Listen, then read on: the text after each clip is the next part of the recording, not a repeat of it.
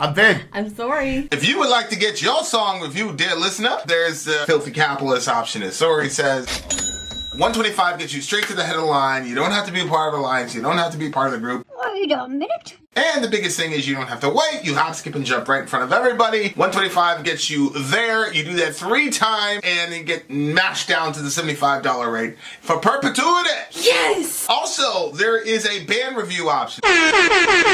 So if you've got a band and you're trying to get your band some exposure, hit me up at nsorry@gmail.com, and I'll show you the details about how to pull that off. You can also jump on Patreon, and there is a option on the tiers to be able to get your band reviewed. Yep. Obviously, we can't lie to you, so we can't guarantee a positive review.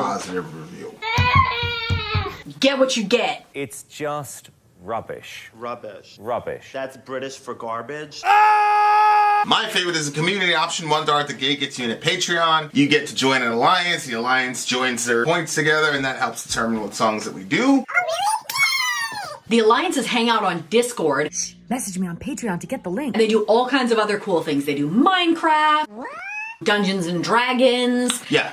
It's really a community within the community. Anybody can go in the village, facebook.com/Vin and Sorry. There's 160,000+ people on the channel. What's cool about the Discord is that it offers a real opportunity for community connection, friendship, that type of thing. And it's on Discord, so if you're not a Facebook person, it's for you. You start off at $1. Right. Plus you get exclusives. Sorry and I are working on a song. So the first 15 seconds of that was on Patreon. Also, at $15 tier and above, when we actually debut the video, they're going to be there live with us. There you are, dear listener. Buy our merch. Buy our merch, indeed. A child shall lead them. To buy our merch. Yes, dear listener. Yes, dear listener. Yes, dear listener. Welcome to the show. Welcome to the show. If you don't know, now you know. And your mom is... No. Okay, then, dear listener. Welcome. We have arrived. Somebody switched Vin out with some other version of Vin. To save us all from Satan's power when we had gone astray. Okay, you guys. Tonight we have an imperishable flame stream. You know how these go? We go back to back with a bunch of DJs that work together. Back to back. First up, we're gonna have Revo. So is he here? Yeah, Revo's here. Hello, Revo. Y'all know what it is. The return of the mighty Revo. Yes, we've been very sick at our house, so apologies if we still have some coughs and sniffles going on here. Yeah, there's some whooping cough going on. I saw a video with some people Are you serious? Masking. Oh. This woman bought a bowling alley. An entire bowling alley, and she masked everyone. It was great. So that's on the way back. So shout out to YouTube for giving us a strike already for mentioning COVID a couple months ago. So shout out to them. Okay, guys. But on that note, let's start our live stream tonight. Wait, so did we get somebody send me the Imperishable Flames thingamajiggy. Yeah, you know what else I need? This is not the proper. This is not the proper backdrop for the Imperishable Flames, dear listener. I agree, and we need our children to bring us some beverages. Okay, here we go. But yeah, they did say whooping cough was going around. That's crazy. But I don't think they're gonna try anything funny with us this time around. Do they not hear me? Okay. All right, guys. So we have wonderful songs for you beautiful people on deck. You guys will see very shortly the Imperishable Flames have made their return. And the mighty and powerful, the great and powerful Revo has made his return, his legendary return. There you go, guys. Boom. There goes the Imperishable Flames. Whoa. Okay. We are sitting literally in the middle of it. Okay. The middle of the Imperishable Flames. Here to judge the songs. That's so funny. Okay. Ra's al Ghul's Destiny. Let's go. Revo's pick. First is Crying Nut is the name of the band. That's Wait, what? Funny. Crying Nut. Crying Nut. Okay. Yep. Crying Nut. Actually, can you give me the timestamp? See? 720. Shout out to the big homie Benji. 720. Yep. Shout out to Benji. I didn't even get, okay, here we go. Crying Nut. Speed up, losers. Is the name of the song. He says, this is the first hit from the Korean punk scene in the late 1990s that Rolling Stone magazine put as number 64 of top K-pop songs of all time.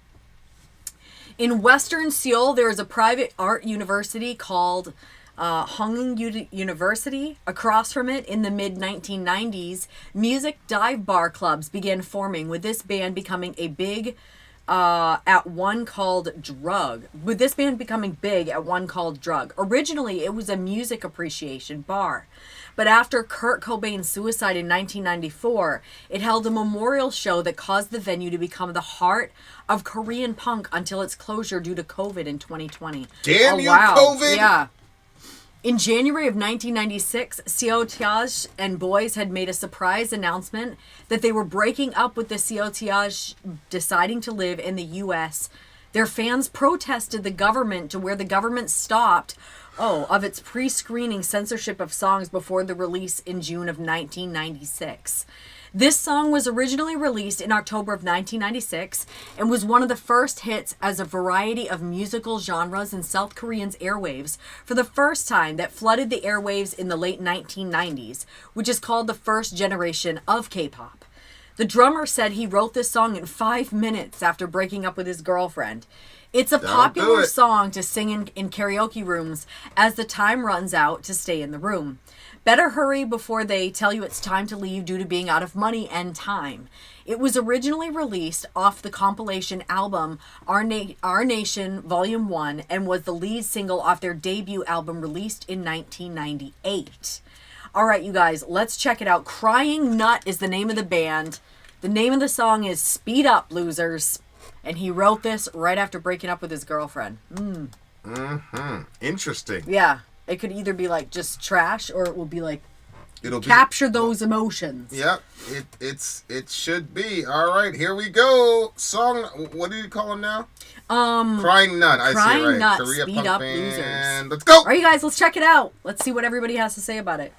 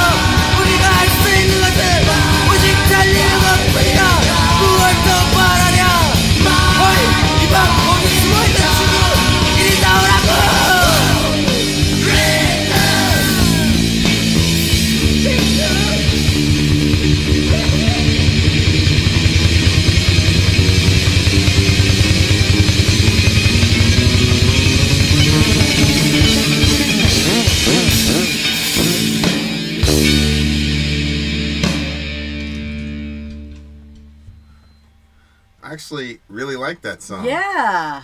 Yeah. Crying. I could definitely see that as a karaoke song. I think we would kill. For sure. We would kill that song, bro. Oh, for sure. We would kill that song live. All right, where are the lyrics at? The lyrics. Okay. Oh shoot. Yeah. The lyrics. That. Wait a minute. Here they are. Let me just shrink this down for a second. Yep. Yeah, it was. This one definitely has like a punk vibe to it, right? They're a punk band, right? Isn't that what he said? Well, I'm saying you can see the punk. Hold on, let me just send this to you here. Here's the lyrics. You can definitely catch the punk side of it, and it was just, I guess, the way that the video was and the way that like they were in the group, it had this sort of like raw feel to it, like you were right there in the room. Like bumping elbows with other people with the sweaty elbows. Yeah, it definitely felt like, but, yeah, you know what I'm saying? Yeah, I'll give that to you. Yeah. I'll give that to you. It definitely had that feeling.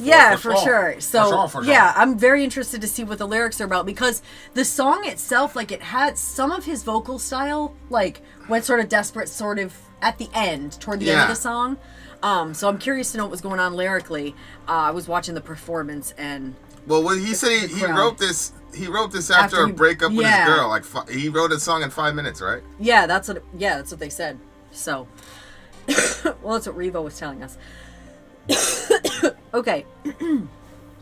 He says, "That's how it is in life." Wow, that makes sense. Is it everyone's fault? I know everything. Shut up. If I sing, will it be forgotten? If I love, will I be loved? If I have a lot of money, will I be successful? If I have a car, I go fast. Shut up. Shut up, shut up, shut up, shut up. Listen to me. We have to run. We can't be fools. Let's run, horse. Let's run, horse. If we keep going like this, we'll get old. We have to work in that time. Everyone is being blocked. We don't have the strength. Okay, so what are you making of this? It kind of... It just looks like somebody who starts thinking about a bunch of other things once. The things that you think about when you're young, you're a teenager, you're just about to... start off in life and you're trying to figure out what is valuable to you and what isn't. So it's like, think about it. If I sing, will I be forgotten? That's how it is in life. Wow, that makes sense. Is it everyone's fault? I know everything. Shut up. Like, you know what I'm saying? It's like you're trying to figure out what's important to you and it's like, oh, I know everything. And it's like, well, shut up. And then it's like, that's how it is in life. That's the stuff that the older people usually tell younger people. I just had this conversation with one of my kids. And it's like the response and what I get from Revo when he talks about the culture is that they're very big on like tradition and propriety. Yeah. So as a kid, you're supposed to say, oh, that makes sense. So when the older people say that's how life is, you're supposed to say, oh, wow, older person, that makes sense. Oh. Right? And then it's like, I know everything. And then the kid is saying, man, shut up. You don't know everything. See what I'm saying? That's how I looked at it. Okay. You know, because it's like, it's these cliches that the older generation gives to the younger generation. And it's the stereotypical thing for the younger generation to say, you guys don't know what you're talking about. You see what I'm saying? So. But why would he be talking about that after a breakup? Well, because the breakup is one of the most traumatic events in a young person's life. Yeah, no, for real. Yeah. If they had a certain kind of lifestyle, and so it's one of the first time you really start asking significant questions because you're on the way to adulthood. But you're still in that kind of gray, hazy area where you're not actually an adult, and so you still need guidance from your parents. And the other thing is that you think that this breakup is some like monumental issue that you'll never get over, and so you start asking bigger questions, right? And so the adults in your life are coming around trying to help you, but then at the same time you resent them for believing that they have the answer. So you go to them for the answer. But then if they give you an answer honestly, you don't like, you end up resenting them for giving you the answer. Yeah, I mean, there are times where, like, I'm like, why did this teenager even talk to me about this? Because they know I was going to say this. Right. And then they look annoyed when I say it. So, and I actually remember feeling the same way with my parents. Like, why did I bring this up? Because hearing them say it annoyed me so much. But, okay. Yeah, it's like you guys always say the same thing. And it's like, well, you know. There's a reason for that. And that's why it's like, a lot of times, like with the kids, I'm like, okay, like, because they're just not gonna get it until they have kids themselves. They're just not. You know what I mean? And there are things as a parent you try to keep your kids from, but at the same time, it's like, how amenable to actually listening was I when I was that age? You know what I mean? Right. I was horrible. I don't think I had it in my ears open to hear what anybody had to say. I never asked anybody anything. Yeah. That was the thing with me. Yeah. Like, we just went off and did whatever, you know, we thought we wanted to do. And, you know, sometimes it worked out. Most times it did not. Most times it did not, dear listener. I'm not going to lie to you. If I sing, will I be forgotten? Will it be forgotten? If I love, will I be loved? If I have a lot of money, will I be successful? If I have a car, I can go fast. Shut up. See, there it is. There it is again. So it's kind of like the kid is saying, like, if I sing, will I be forgotten? I think that that's probably what his parents said, because the parents are probably saying you're not gonna be able to have a sustainable life as a singer in a rock band, right? This is Korea. This is not America. Even in America, you'd have a very hard time being a singer in a rock band. So it's like, if you sing, you'll just be forgotten. If I love, will I be loved? Obviously, that's talking about what's going on with the breakup. And then he says, if I have a lot of money, will I then be successful? Because that's success according to his parents, I'm assuming. And the overarching zeitgeist, which is, if you have a lot of money, you're successful. But he's feeling the pain of the breakup right now. And there's no amount of money that's going to heal him from that. So he's like, well, how is that really success? Yeah. If I have a lot of money, but I don't have this girl, then... Right? And then it's just shut up. If I have a car, I can go fast. So it's like, all right, I'll just start accumulating all this material, and then, you know, I can go fast in the car, and then it's like, shut up again. You see? Yeah. And stay still.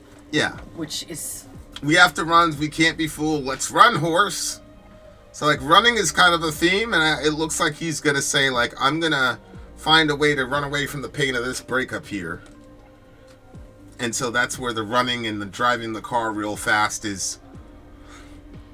Yeah. And then it's, shut up and listen to me. Yeah. Which is actually a pretty good insight for parents if we could understand it. A lot of times, that's all the kid wants in those discussions. He doesn't necessarily want life advice. He doesn't necessarily want ancient wisdom. Sometimes they just want somebody to listen to them and say, yeah, that sucks, man. I remember the breakup too. You know, but as a parent, especially now as a parent, like, everything is so critical. Now parents are being blackmailed up the wazoo. Your kid's going to kill himself for anything. If you don't go along with this, your kid's going to kill himself. You don't go along with that, your kid's going to kill himself. So now it's like parents are kind of like blackmailed into, you know, emotionally blackmailed into going along with shit and not able to have that boring role of the parent that says, no, you're young and crazy. Like, that's how it's supposed to go. The parent is not supposed to agree with the with the child about, you know what I'm saying? Like, actually in our house we kind of do that, but we teach the kids how to make a logical argument. Like, it's not like, oh, mom and dad, you know, it's like, we agree with them if they can mount a logical argument, but like the emotional blackmail that happens, like, to parents now, it's crazy. Yeah. And we can't relate to it because our kids never went to public school. Right. See what I'm saying? Right. So, I definitely, like, these are, like, it really, like, captures the spirit of the youth. I would think that punk, based on what Revo tells me about, has told the community about, like, how it is over there, I would expect, like, a lot more punk, a lot more kind of rebellious type music. Yeah. Considering Except it does seem like that there's, like, some negative, you know, stuff that comes. I mean, there's been different suicides and different stuff, so I would assume putting out this type of message that's a little bit more on the line, you know what I'm saying, must make it more difficult. And I agree with that 100%. 100%. For sure. Shut up and stay still. Love is difficult. It's complicated and it's beautiful. If you intend on forgetting, it will all be forgotten. It's easy to get hurt. Shut up! So again, like, it's like this asking for advice or whatever, and then, like, not wanting to hear it. If you intend on forgetting, it will all be forgotten. Yeah, what do you make of that? I just kept rereading that. I'm like, I just don't think that that's true. I think that that's something maybe your parents want to say to you, or maybe your friends say to you, because they see you in a lot of significant pain. So it's like, oh, you'll find somebody else. My mom did that with me. Like, she's like, oh, once them white girls beat their eyes at you, you're going to forget about, Shorty or whatever. That just wasn't true. For me, it wasn't true, but I did see it happen all the time with people. Like, it was true, like, for the most part. But I just had it in my head that I was going to be with this person, so that didn't work out for me. Like, it was not something I wanted to hear. But eventually, a white girl's eyelashes did go and do everything up. So, what can you do? Mom, what can be done? She was right in the end. She was right in the end. She was prophesying. Yeah. Okay. So this song was interesting. And not what I expected. Have you commanded the people to get us our beverages? Yes. And I've done more than command. Man, we need to start really threatening these people. I know. Anyway, I'm going to call them on our commercial break. I think this song was, like I said, it kind of surprised me, the sound of it. I was expecting it to be more traditional to what we usually hear with the more K-pop stuff. But yeah, I liked the sort of punky side of it. I'm going to give this one 8.9. I'm actually going to give this one a 9.3. It's a punk song and it was repetitive, but when it went into the lyrics, it was saying a lot of significant shit. Like, here on this earth, the only thing we can do is run. What more could we ask for? Hey, friend, who's hiding in there? Come out here. We're all friends. Like, it seems like the end of the song is just saying, hey, at the end of the day, as long as you have people that are going to stick with you, then that's how you get through life. Because you don't have the girlfriend anymore, and the money and the job thing is not guaranteed because of the kind of music you're trying to do. But as long as you've got friends who are there to support you and take care of you, that's what matters. And then there's no shut up after that. So it looks like the song kind of agrees with itself after that. You know what I'm saying? Like, that's the ultimate solution. Let's run horse and let's be friends. And that's all you're guaranteed in this life, is what it looks like to me. So I'm gonna give it a 9.3 because it's a pretty good message. Yeah, It's not like a total love is horrible message that usually happens when people run into a bad relationship, or a relationship is good but it ends. It's not that. It's just, you know what I thought? Hey, at least have some good friends that stick with you. You know, like the sort of meltdown that people have when there's a breakup. So, like, I don't know what it is for guys. So I thought we were kind of like getting like insight into how a guy feels. Like with women, you see it's over and over. I've seen it so many times, where the girl gets broken up with or whatever, and they always say like, "Oh, I'm so stupid. How could I have been so stupid?" And so I didn't know if this was like from a guy's perspective. So the breakup happens and he says, that's how it is in life. While that makes sense. So like, I thought he was like talking to himself, and he was like trying to like, oh, well, this is how it goes in life. Like, this stuff happens, like, get over it. And then he tells himself, it makes sense. It makes sense. Why would she, because the girls will say, oh, how could I have been so stupid? But I didn't know if guys say, well, it makes sense. Why would she have been with me anyway? Or whatever. You know what I mean? Yeah, I think that's a thing that everybody does. And then maybe like when it's like, is it everyone's fault? He's thinking like, it was so-and-so was in the area and he drew our attention away, and this person, then he's like, wait a minute, is it everybody's fault? This just wasn't going to be. Then he's, you know what I mean? Like, so I thought it was like kind of a conversation with himself when I was reading through it. Yeah. I could see that. Anyway, 8.9. 8.9. We'll be right back. We have more to come. More to come, dear listener. Vin out. Story out. Gone. We'll be right back on the other side of the break. Don't go nowhere. I'm Vin. I'm sorry. If you would like to get your song reviewed, dear listener, there's the Filthy Capitalist option. As Svar says, what? 125 gets you straight to the head of the line. You don't have to be part of the alliance. You don't have to be part of the group. Wait a minute. And the biggest thing is you don't have to wait. You hop, skip, and jump right in front of everybody. 125 gets you there. You do that 3 times, and then get mashed down to the $75 rate for perpetuity. Yes! Also, there is a band review option. So if you've got a band and you're trying to get your band some exposure, hit me up at nstory@gmail.com, and I'll show you the details about how to pull that off. You can also jump on Patreon, and there is a option on the tiers to be able to get your band reviewed. Yep. Obviously, we can't lie to you, so we can't guarantee a positive review.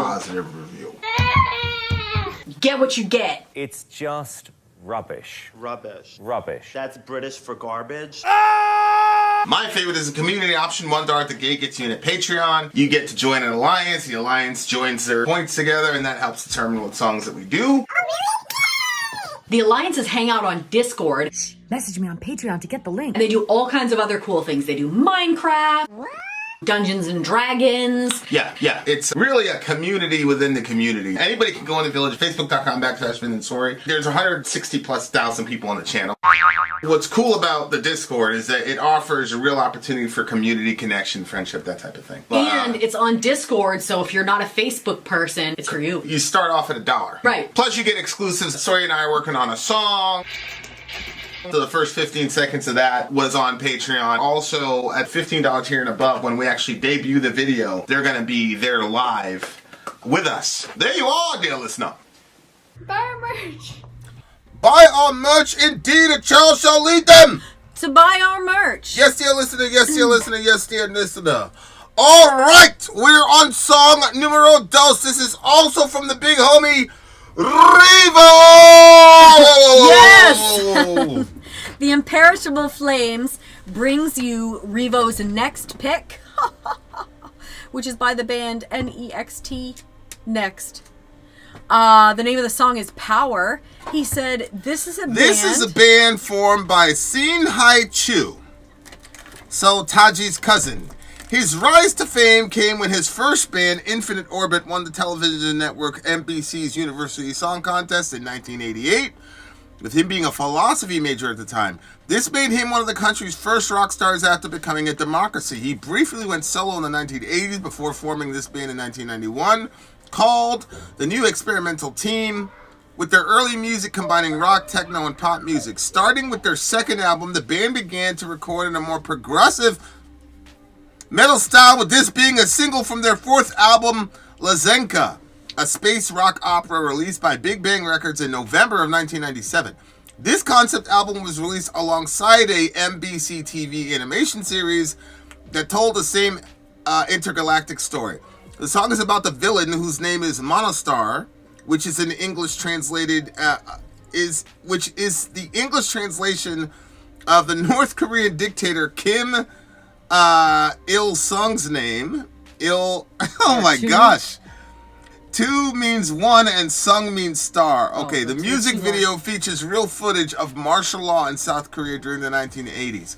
Shin Hai-chol was also a political activist in South Korea during the Sing Hai-chol was also a political activist, often appearing on debate shows, with the banning of corporal punishment being his core issue. In 2010, Korea banned corporal punishment. We're talking about in schools or like in total? Because they caned that dude in not Korea, but in there's the American dude that they caned. I forgot what the name of it was. The band reformed in the 2000s, but focused on live concerts rather than TV promotions due to TV networks and politicians elected in the late 2000s, putting them on blacklists. Shin Hai-chol died in 2014 from medical malpractice. Damn. That's what I'm saying. Like, these people be paying prices over there, boy. Damn. Okay. Archero got a drink during the break. Let's timestamp this. This is 31:50. Let's do 32:15. All right. 32:15. All right, guys, here we go. Song numero dos is N.E.X.T. The Power, 1997. Oh, no, you need to go to bed, buddy. We've got chaos in the farm now. Okay, what happened to the Red Bulls?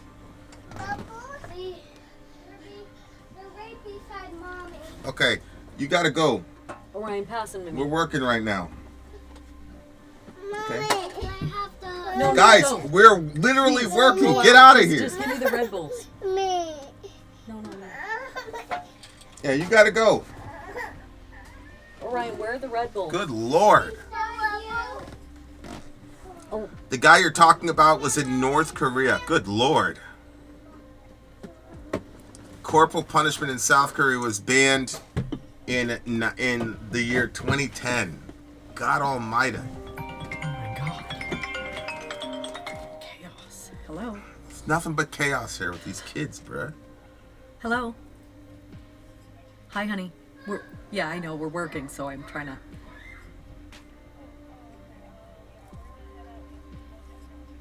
Okay, sounds good. You don't have to call again. Just head out when she's done and come right over. Okay, text when you're here. Love you. All right, don't Bye. call us again. Don't Unless call it's again, an emergency. Right, we're working. They still love you even though you drove them away. Debatable. All right, let's go. Song number 2. All right, you guys, you heard the name of it. Next, the name of the song is Power. Let's do Or it. maybe it goes right N.E.X.T. now. Oh, wow.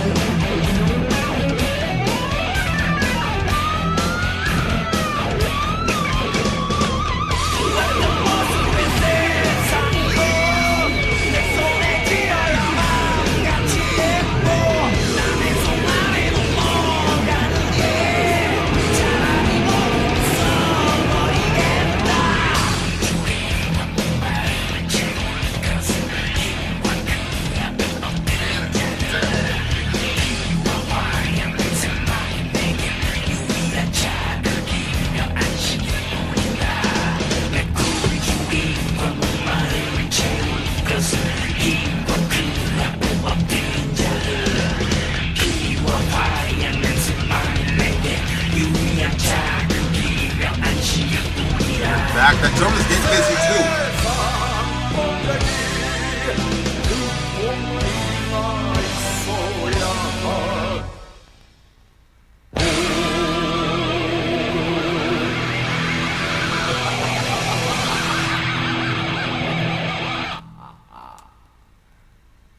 So Singapore was the place where the dude got caned because he littered.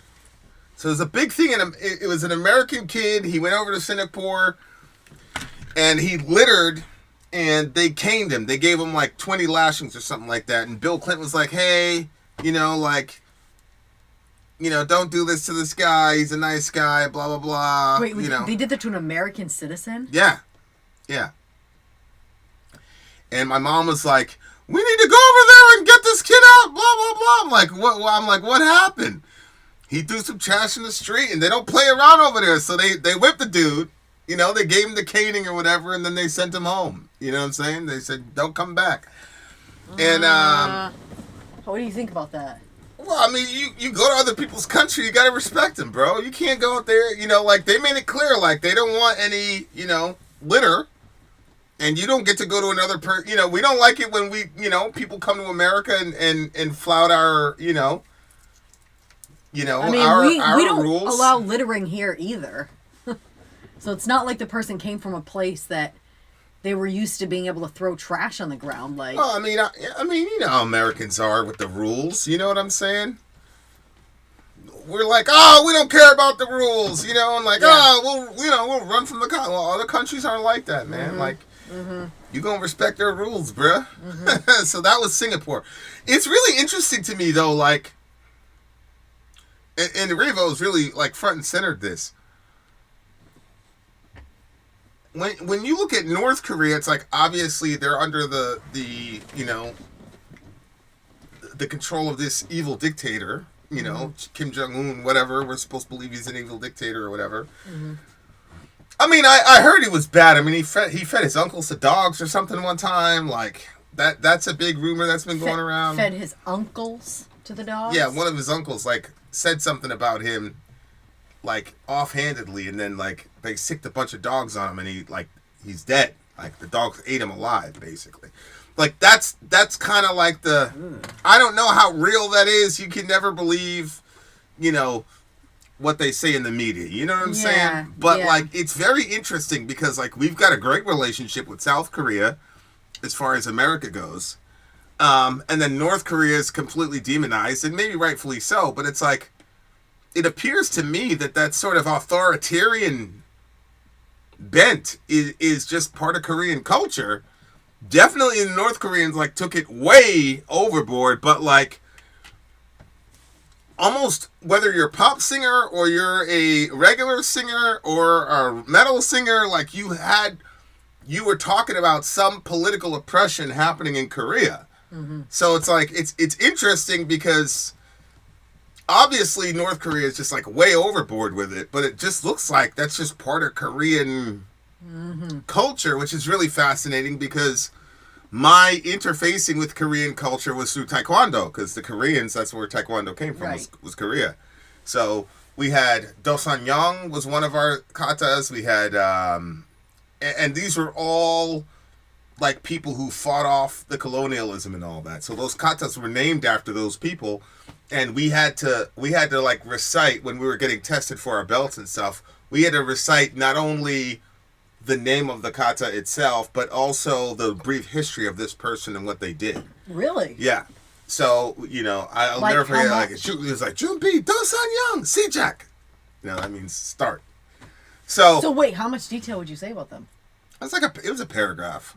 Really? Yeah, it was a paragraph, but it had to be memorized. Wow, okay. And you remember, my teacher, he was very authoritarian, but the context was Taekwondo, so of course it's authoritarian. It's the relationship between the student and the pupil in that culture is very one-sided. Yeah. But yeah, it was history, and we had to learn it, and the katas were named after them. So when we were doing all the movements and stuff, at least me, that's what I was thinking about. You know what I'm saying? So I guess it was authoritarian. You know what I'm saying? But it's just very interesting that because I would have never guessed that Korea was like that. You know what I mean? Like and it's interesting too that the musicians kind of almost like carried the torch. Like a lot of American musicians style themselves as like revolutionaries and things like that, and they're speaking against the zeitgeist. But there's no real there are social capital costs that you have for being on the wrong side of something. Like Elon is discovering it now. Like, don't say anything negative about white dudes. They're very sensitive. Like, you see what I'm saying? Like, something new pop up. So, yeah, I'll explain it later. But like he made them feel bad about themselves. So, okay. So there's like a giant backlash now. But I'm sure he's going to adjust because he's a really smart guy. But like, artists in America, I don't feel like are really like, you don't hear about artists in America dying of medical malpractice. There's like been a couple of these, whether pop stars or rock stars, that die under circumstances that are not cool, whether it's like medical malpractice or a lot of the pop star girls. What are you talking about over there? You know, unaliving themselves, that type of shit. Yeah. Like, it's a real, I agree like, with you, yeah. And so it's like, man, what's going on in the air that's so oppressive over there? Yeah. But then you see the North Korean side, and it's like, oh, okay, so this is just wired into their culture. The fact that there's this like false like line between North and South Korea, because there's now a border, does not change the fact that they obviously at some level were authoritarian. I don't think they're authoritarian now, and based on the little that we do know that we get from Revo, it appears that a lot of the sort of bucking against the system of authoritarianism was due to these musicians. But the musicians end up paying a terrible price for it. So it's a very it's a very, very interesting kind of setup, because as Americans, all we're told about is the fascism and the authoritarianism in North Korea. We're kind of told, especially when you're like coming into it, you're told that the South Koreans are good friends of ours and blah blah blah. It's very interesting. Very interesting. Yeah. Okay, so lyrically, secondly, somebody said it was like a Pantera style riff. Like, yeah, even like the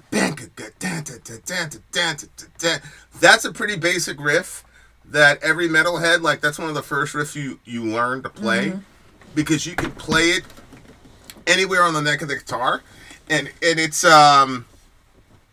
easy to play, and it's fun, and it's extremely metal. And somebody was saying, like, that sounds like Pantera style. It's true. Like, he had a sort of Pantera music set, foundation, whatever you want to call it, and a little bit of Alice in Chainsy 90s grungy. Yeah, Alice in Chainsy, I thought too. Vocal style, yeah. Okay, here's what you're gonna say. Anything before we jumped into the lyrics? No, I'm looking at the lyrics. Okay, go ahead.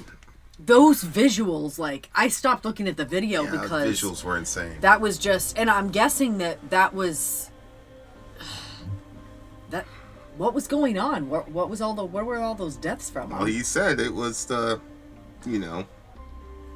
it had pictures of them, resisting the government. Hey, Hunter, good to see you, buddy. It was just them resisting the government and how the government fights back. Like, it's just kind of, it's crazy to me. Like, no matter where you go, like, it's always the same thing. Crazy, oppressive government. And it's like, it's crazy because like I said, when we're doing Taekwondo, you're thinking about all these leaders that fought against, oppressors or whatever, and then they won, and then they, it just looks like, but I don't know. I think that freedom, I think Americans do not understand, like, how free they've had it, how good we've had it, and I don't think we respect enough how hard it is. Like, I think a lot of times when you grow up, like, freedom is some sort of like American sort of property, like this concept that it's almost like if you're in America, like you grew up believing that we invented the concept of freedom. Almost, it's like, oh, why do the terrorists hate us? Oh, it's because they hate our freedom. Like, and I do think at some level, like for example, our speech laws are the most liberal freedom of speech laws in the entire planet. I do think that there are the way that American defines freedom might be more aggressive than the rest of the world. Like, it's very interesting to me, like listening to other like news agencies from other, like especially like watching them reacting to the election is incredible. Really? Yeah, because like the norms, like somebody said something like, how is he able to still run when he said this? And they're like, well, they have free speech over there. And they're like, oh my God. And it's like such a mind thing as an American to hear that, like, as a bad thing. You know what I'm saying? Like, it's like, whoa. But my point in saying that is to say, like, maybe a Korean would not nuance freedom like freedom of speech, like from our vantage point. But they definitely had to fight for it and earn it. And a lot of those people, a lot of those artists ended up paying the price. And it's not always death. It's like imprisonment. It's banishment. Like some of these people like had to leave their country. Like they had to fight for it is my point. And then you think to yourself, because people are like, oh, I don't like the correlation between religion, politics, and metal. Like we need to keep those separate. We heard a lot of that at the beginning of the channel, and it's like, I don't know, man. It appears to me that metal and rap would probably be uniquely, constructed to be the vocalization of the angst of people. To be the voice of the person that I agree. Yeah. You know what I'm saying? Stylistically. Yeah. Yeah, for sure. Yeah. Yeah, 100%. Did you hear that Twitter suspended a lot of white nationalists on Twitter? It's presumably because of the Indian immigration controversy. I mean, they got to be careful. They got to be careful. There are very few democracies in the world. Yeah, I mean, that's pretty crazy. Hey Kai, it's the memoir of Kim Hyu-hin, a former North Korean agent known for planting the bomb on board Korean Air Flight 858. Book recounts one of the North Korean state-sponsored acts of terror. So here's what the dude was saying lyrically.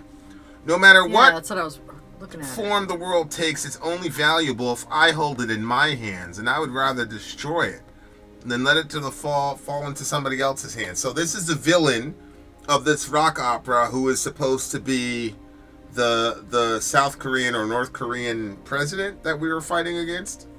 Okay. So this guy, the bad guy in the rock opera is supposed to be a sort of coded version of the current despot that we were speaking out against. Mm-hmm. And so this is the mentality of this guy. Okay, all right. So no matter what form the world takes, it's only valuable if I hold it in my hands, and I'd rather destroy it than let it fall into the hands of someone else. And that's the. Oh wow! Yeah. That's not exactly the. So like when you do interviews for certain organizations, they're gonna say, okay, like, how do you feel about American expansionism and things like that? And what you're supposed to say is to say, well, expansionism and colonialism is inherently bad, but if you look at all of human history, there's always been one super powerful nation that has emerged and has dominated everybody else. And yes, there have been abuses, but if that's the case in the human condition, you're supposed to say it's the best of the worst situation for the world, that America's at the top than anybody else. So that's how you're supposed to answer that question. And everybody knows that's how you're supposed to answer that question, and that's how you get in or not. And people get fancy and put different spins on it, but it's all the same thing. A lot of times these bad guys, they think it's like Thanos. Mm-hmm. Thanos was a very interesting character to me, and I think they could have done a lot more with Thanos. I would love to see some sort of crossover between Thanos and Bane, as far as like quasi-nihilistic ideologies that get embodied in these various people. Thanos was sort of like this Malthusian character who was like, hey, look, you know, we need to kind of reset the deck here. Mm-hmm. And then Bane was another one, but he was more like pointed financially, you know, you deserve to be punished if you're financially successful type person. Mm-hmm. And this guy right here... You'd like to see the two smoshed together? Yeah, I'd like to see how they interface with each other for sure. No matter what form the world takes, it's only valuable if I hold it in my hand. What satisfies my hunger and thirst is power, and those who bow down before it, the smell of blood and gunpowder is my only stimulation and rest. Woo-hoo, that's a good line. Mm-hmm. The gunpowder and blood is the only stimulation and rest. That's a really, really good line. And that was pretty much my mentality after 9/11. Yeah. It's what I fed off of. It's what got me up in the morning. Like. It's what got me to the track. It's what got me to the... And I could only rest if I comforted myself. Literally, like, I could not, like, get into a sleep state, not even a hypnagogic state, until, like, I comforted myself with the idea that people was going to bleed over that shit. I'm just being real. So it was like... Wow. It was a primary stimulant, and it was also the primary sedative, which is pretty crazy. And it's very interesting because it's like people. I remember, like, you know, you first hear about Hitler, you're like, you first don't believe it. You're like, there's no way. Mm-hmm. Like, I think a lot of like Holocaust denialism, I think is like to some degree human beings not wanting to admit that they're that bad. You know what I'm saying? It's very hard to like reconcile yourself to that idea that people were that bad. Yeah. But like. Yeah. The real kind of gut punch was reading about how the normal citizenry. Because when I first heard about it, I was like, oh my God, this small group of horrible people took over and they forced the rest of Germany to do all these horrible things to their neighbors. And then when you actually read these books and you read the first-hand account narratives and then you read the letters that German families were writing to their American families over here about Jewish people and all the rest of it, I was like, yo, these people were like... And of course, I was reading that from a very, very particular perspective. I was not told about the Treaty of Versailles and all the rest. It's really interesting because I told Grok, I said, Grok, make a positive argument for the Nazi Party. And so he brings up the Treaty of Versailles and all the rest of it, and it made an argument for them. And I did that not because I wanted to justify it, but because I'm like, what are the strains of ideology that was used to the effect to bring about that kind of reaction of the German people to giving full-throated support of this kind of action against their own neighbors? And I think trying to unearth that kind of psychology, I don't know if it's been an obsession, but, you know, I tend to obsess about things, so it probably is. But every time I keep hearing about Trump and Nazi and fascist and all that, I'm like, yeah, I just roll my eyes and check out. And I'm like, okay, what are the strains of ideologies that are similar to this point than the other point, right? And one of the things I think to myself all the time, it's just like the difference between LeBron James and Michael Jordan. Michael Jordan didn't have Michael Jordan to whose shadow he had to step outside of. Hitler didn't have a Hitler in the past, right? Yeah. And so it's like, now that we have these paradigms of, yo, it can get this bad, right? You have elements in our society that are saying, yo, we're going in that direction.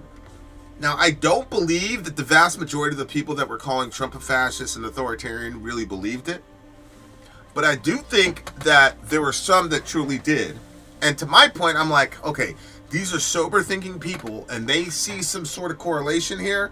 Let me look into it. Let's hear what they have to say. Let me hear what they have to say. Yeah. I still think it's crazy to call Trump a fascist, and I really think it's crazy to call everybody who voted for him a fascist. But the social conditions are there. And Doesn't that kind of seem like a fascist thing to do, though? To tell somebody you're a fascist for voting a certain way? Because it kind of forces people to... Well, I mean, what I've discovered in my very,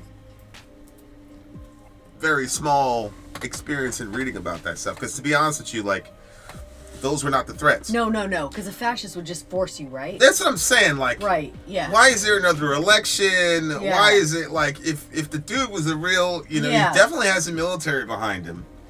We saw that even in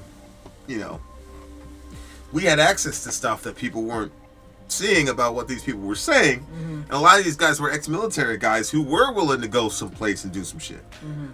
So, but I do think to myself, like, I don't think a lot about Trump when I think about the fascist authoritarian stuff. I think so more about our neighbors.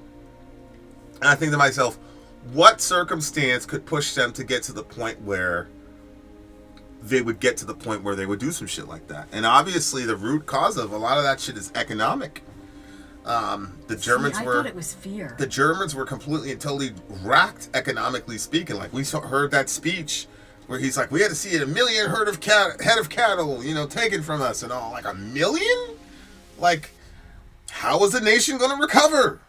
You know what I'm saying? Like, and so I was like looking and saying, okay, so if we were in a situation where the entire world hated us and we had to agree to basically completely destroying and detrimenting our country, like to going from like one of the top contenders for a superpower to absolute poverty, like, and they found a way to coalesce all that anger and point it in one direction, we'd be in a lot of trouble. Mm-hmm. Mm-hmm. And so it's like, those are the things where I'm like, you gotta stop and think. And so these musicians, when they're talking about this stuff, like, it's real. Mm-hmm.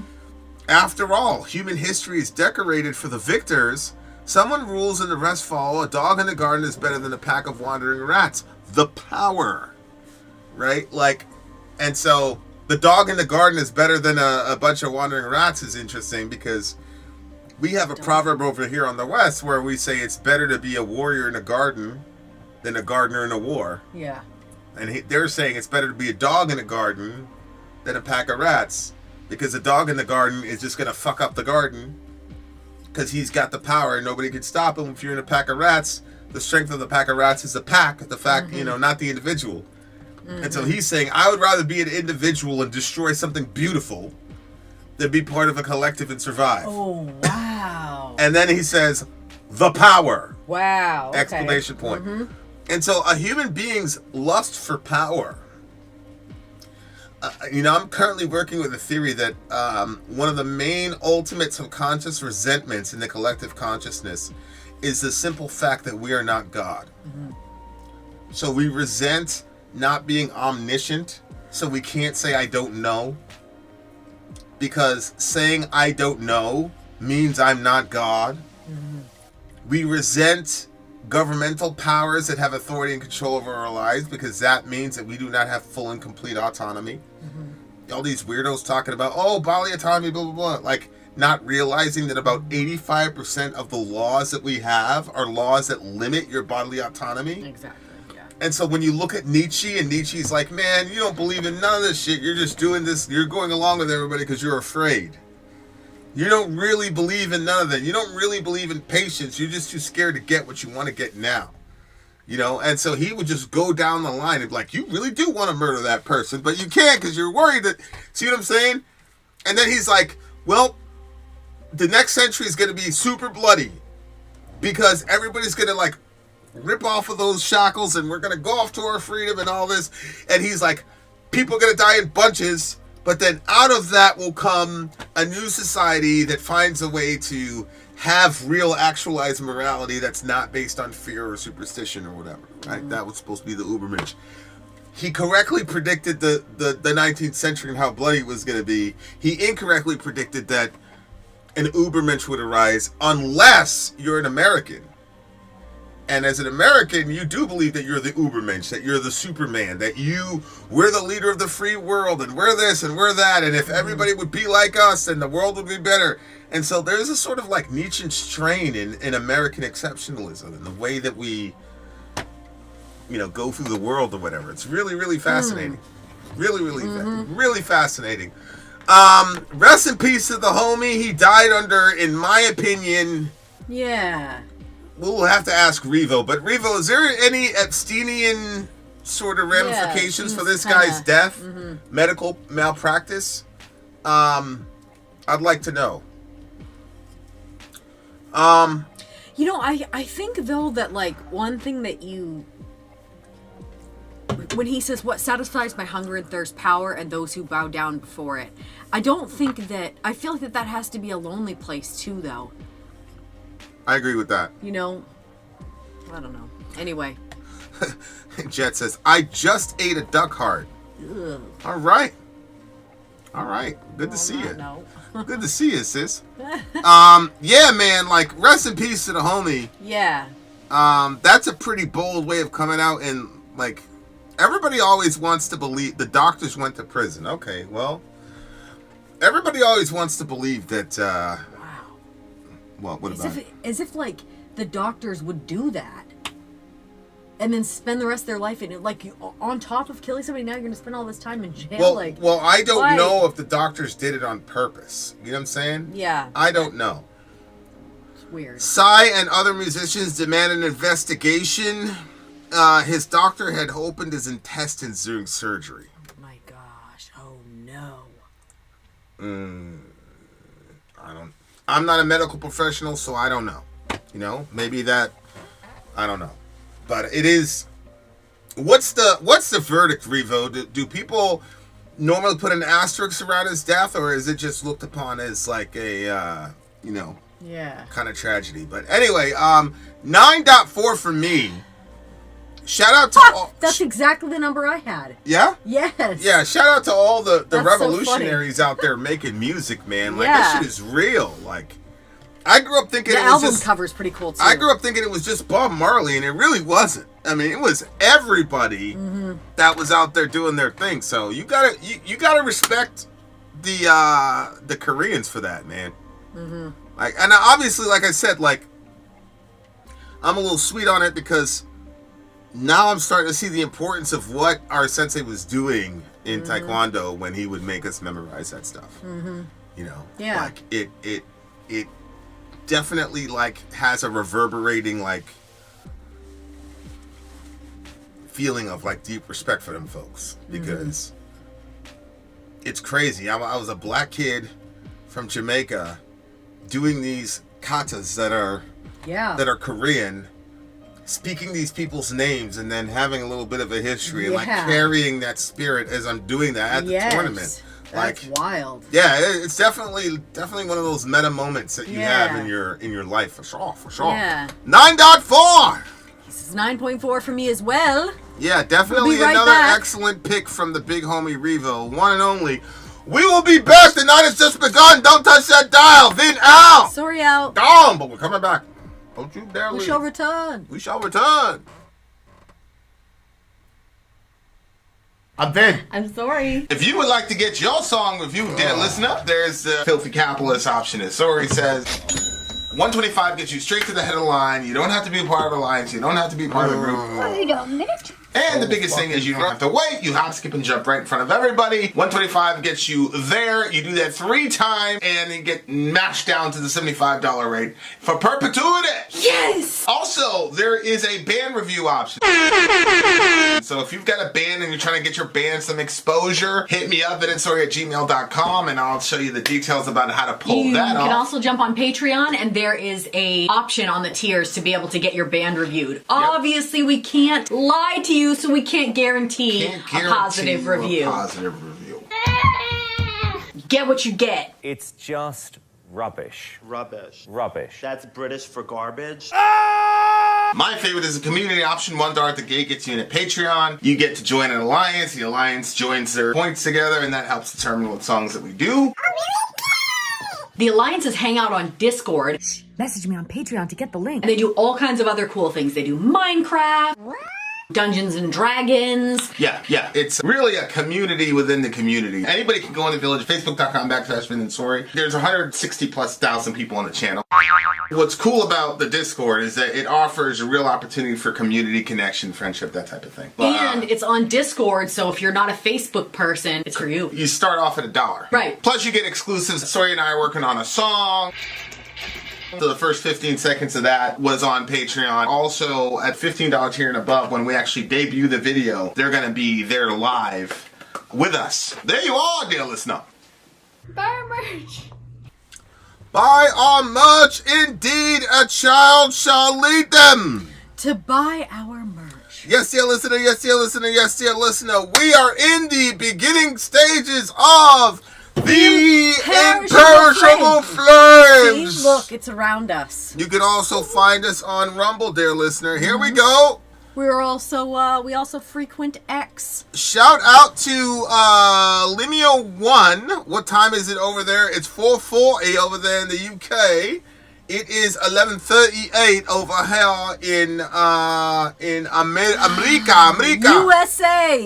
USA. Okay. All right, guys, here we go. Girls' Generation is what's up next. Can you give me that timestamp? Timestamp 109:10. Thank you, sir. 109:10. There we go. Okay.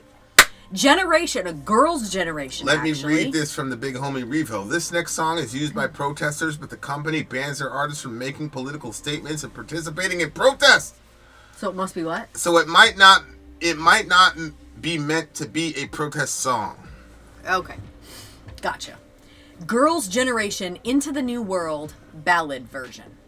So, DJ Revo says this song has emerged as a Korean protest anthem as it has been used in recent anti-martial law demonstrations and pro-impeachment protests. This song was actually only a small hit when it was originally released in 2007 and was this group's debut song. They wouldn't become the top K-pop group and be dubbed the nation's girl group until 2 years later. This song is written by SM songwriter Kinsey and SM Sound of the time, which is using motifs from classical music. This song uses, Czech songwriter Dvorak's From the New World, which you reacted to 3 years ago from the Classical Conspiracy. Holy smokes, another synchronicity. Keep going. That was a piece of... First was chirality, then was this. There's a lot of things. That piece was inspired by African American spirituals and American folk music that he believed would be the future of music. SM's style also included vocal-rich harmonies and rock instrumentation with Jack New style beats, though this ballad version has removed these beats with a new reprise ending starting where they get in a circle. Okay, I don't know whether to be happy or sad about that decision. This group was named after a 1989 solo song from Buwal's vocalist Lee Sung-chul. The company founder Lee Soman was a folk college musician from the 1970s. Sunny, Orange One, is his niece, with her father also having been a 70s college rock musician. This was one of the company's last songs before they embraced the new hook-driven electro-pop style that they in turn came to dominate second-gen K-pop. The oldest in this performance is 25, and the youngest is 23. All right, guys, here we go. Here we go. What do they call it? Girls' Nation or something? Wasn't it? Yeah, this is called Girls' Generation. Girls' Generation. Into the New World. The ballad version. Let's do it. Yep. No.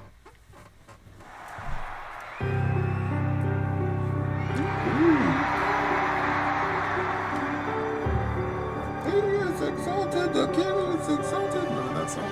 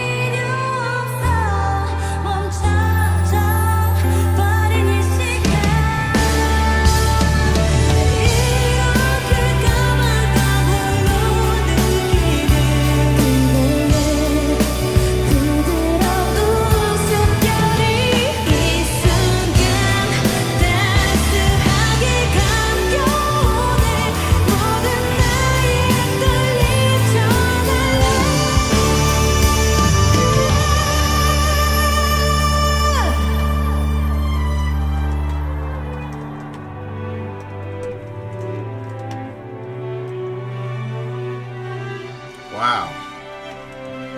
Look. Yeah.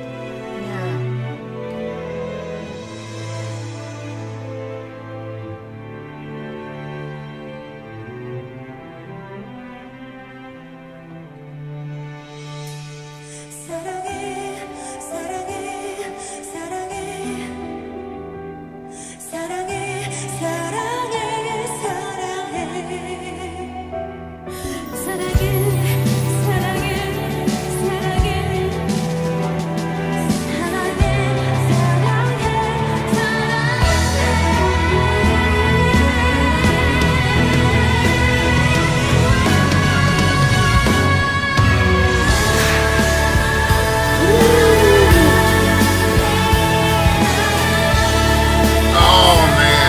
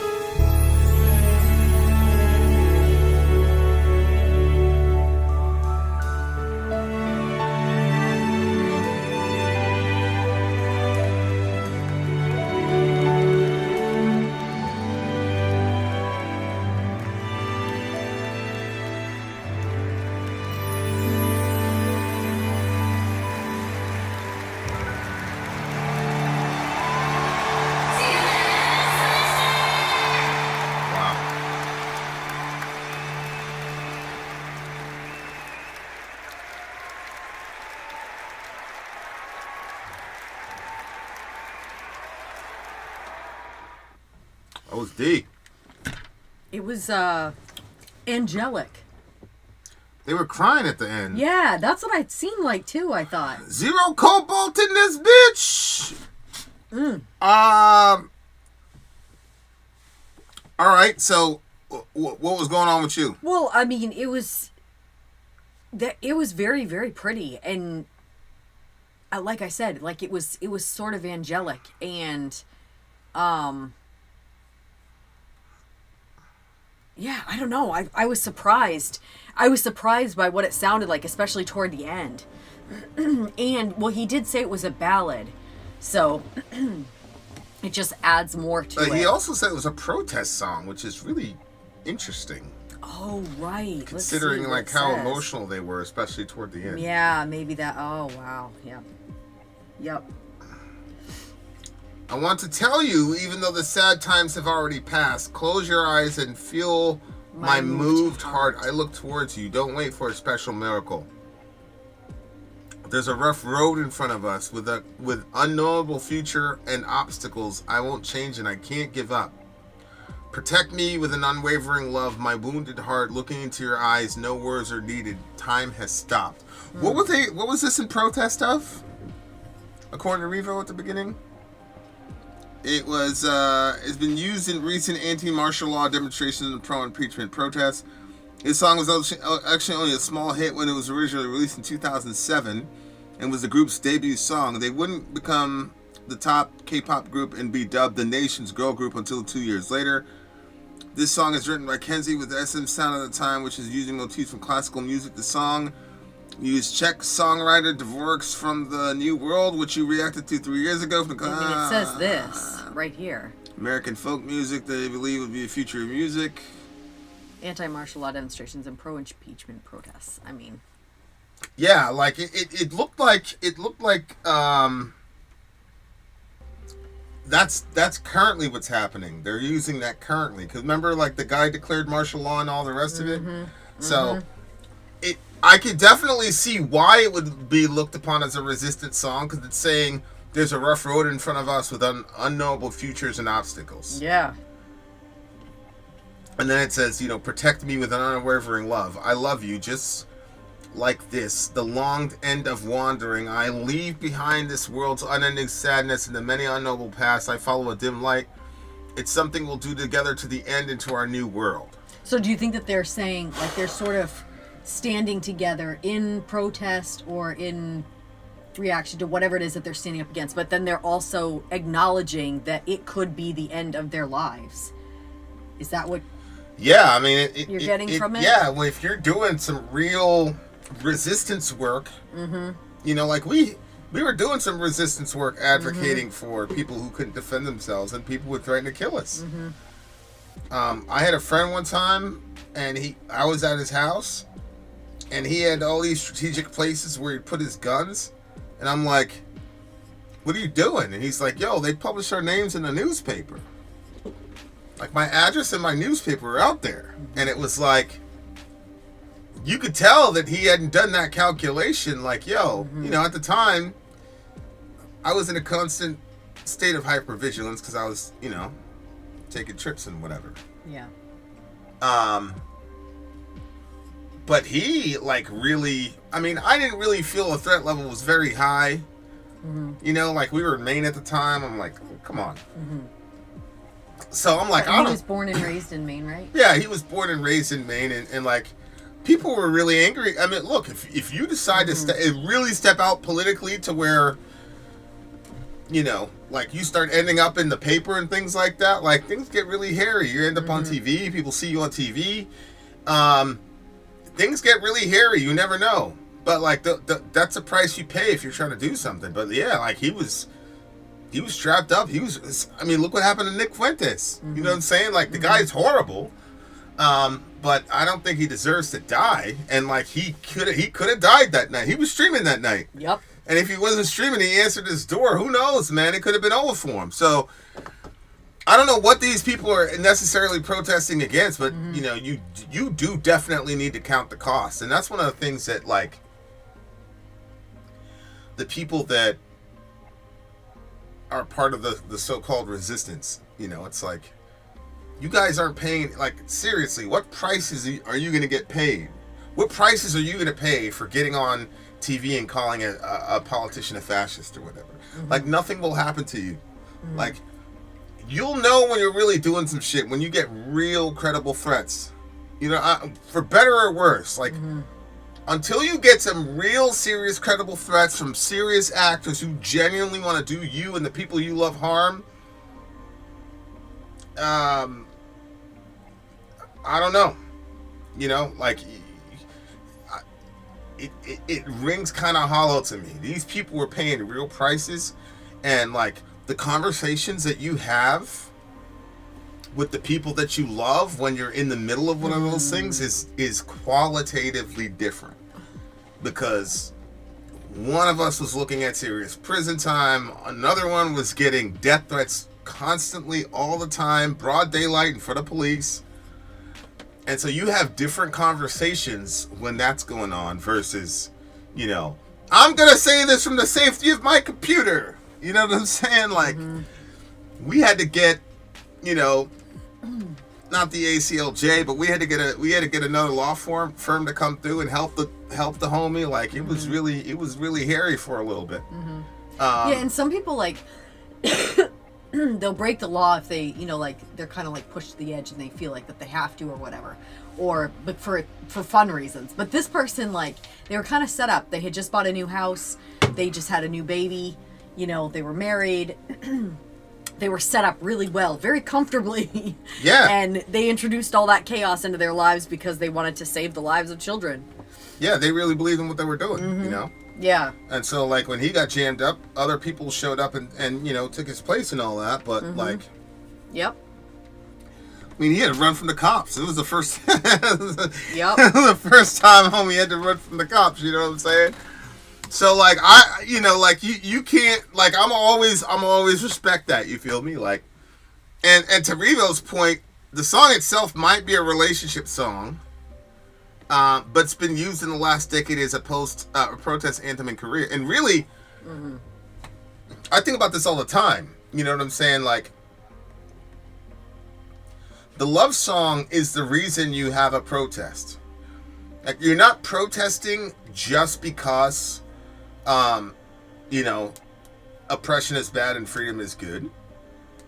When you're fighting for a better world, ultimately you're fighting for a world in which people can find each other and love each other and make those declarations and those vows of commitment to each other.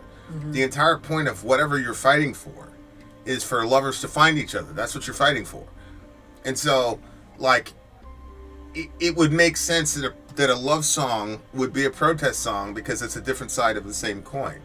If you're fighting for any side of good, any side of true and ultimate objective good, and as a Christian, I believe that you have those, that means by definition you're fighting for love. As a matter of fact, you are actually expressing love of neighbor by protesting your neighbor's oppression. Because from a biblical worldview, they are themselves. The oppressor is themselves oppressed by his own sinfulness. That Jesus said, whoever sins is a slave to sin. So that means that the slave is being sinned against, but the slave owner is also being sinned against by himself. And so you have these prayers for God, deliver the oppressed and the oppressor from the oppressor of the oppression. And so it's like, when you're fighting for freedom, justice, goodness, equality, all those things, you're ultimately expressing love to your community. Yeah. And you know, you have to account for that, and that's why it's so easy for these songs to kind of like blend into each other. That's true, because when you think about like the George Floyd riots and stuff, like that people were saying, you can't treat somebody like this. You can't kill somebody on the street like this. You have to be more loving to people. You can't do this. And so they were pushing back on the way that the person was treated. You know, yeah, that's interesting. They were trying to expand it back to allow more love on the streets. Yeah. Yeah, by opposing. Yeah. And protesting. Yeah, interesting. And you have to, because, you know, when you have an oppressive government and it turns people against each other. You know, we talked about in the previous songs where you have Nazi Germany and you've got this oppressive government. And I'm not just talking about the oppressive German government. I'm talking about the oppressive UN government, which imposed on these German people these impossible punishments. And their reaction to oppression was a form of love. You know, Aryanism, Nazism, whatever, it was a form of love, of self-love, over and against a world that they believed said, we hate you.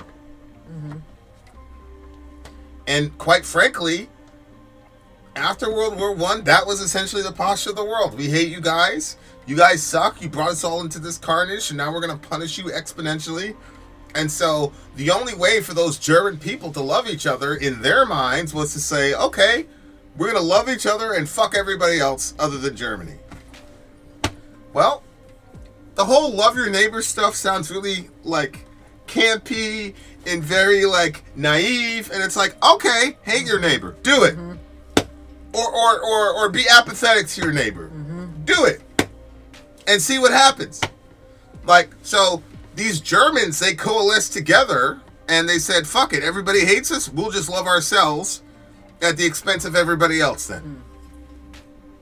I'm not making an apology or a defense of any of that stuff. I'm just saying that a lot of things that we say about loving your neighbor and things like that, people think it's a nice little candy sweet little, oh, what a nice little maxim. But it's like, if you don't love your neighbor, people die in bunches. Yeah. Like, Simple. Yep. And it's not, it's, I mean, it's obviously like extreme like that, like people die in bunches, but it's the same thing like when you're looking at like a family, or if you're looking at like a work environment, or wherever groups of people come together. Like if you don't love your neighbor, it's going to be either, it's going to be a good environment if you can love your neighbor, and if you don't, then it's going to be significantly worse. Because like, I mean, something as basic as, you know, as a family, like if you love each other, then everybody's going to help each other out. Otherwise, you're almost fighting each other just in the way that you're just living your lives throughout the day, because nobody's trying to help each other. It's a really interesting corollary too that Hunter just put out. That's why it's so important to love our enemies. See, what happens is, if you don't love your neighbor well enough, eventually your neighbor becomes your enemy. Okay? Oh, you gotta love your enemies to win them back to be your neighbors. So what happens is that you're not very neighborly with your neighbor. You don't love him. Mm-hmm. So okay, now that relationship has picklefied, and now the person's legit your enemy. Mm-hmm. Before, all you were doing was minding your own business. That's what people say all the time. That's what people used to say to me in the street. Why don't you mind your own business? And I said, well, I knew a guy, and he told a story one time, and in the story, the people that minded their own business were the bad guys. The Good Samaritan parable. The people who minded their own business were the bad guys. And it's interesting because it was who was my neighbor. Yeah. And the dude was literally the neighbor of the people who walked past him, and he was the enemy of the person who helped him. So that shows you the progression. If you don't love your neighbor, mm-hmm. your neighbor is going to turn into your enemy. And it's a lot harder to love your enemy than your neighbor, because your neighbor you just ignored and looked the other way, but your enemy is doing shit personally to you. Mm-hmm. And you know how egomaniacal all of us are. Oh, you did some shit to me, now there's a problem. Mm-hmm. Like Americans, like we've been dealing with Islamic terrorism for decades and decades and decades, but then they did something to us in 9/11. Oh, now there's a problem. Mm-hmm. Hey, what's up, Coots Moots Creator OG? Good to see you, buddy.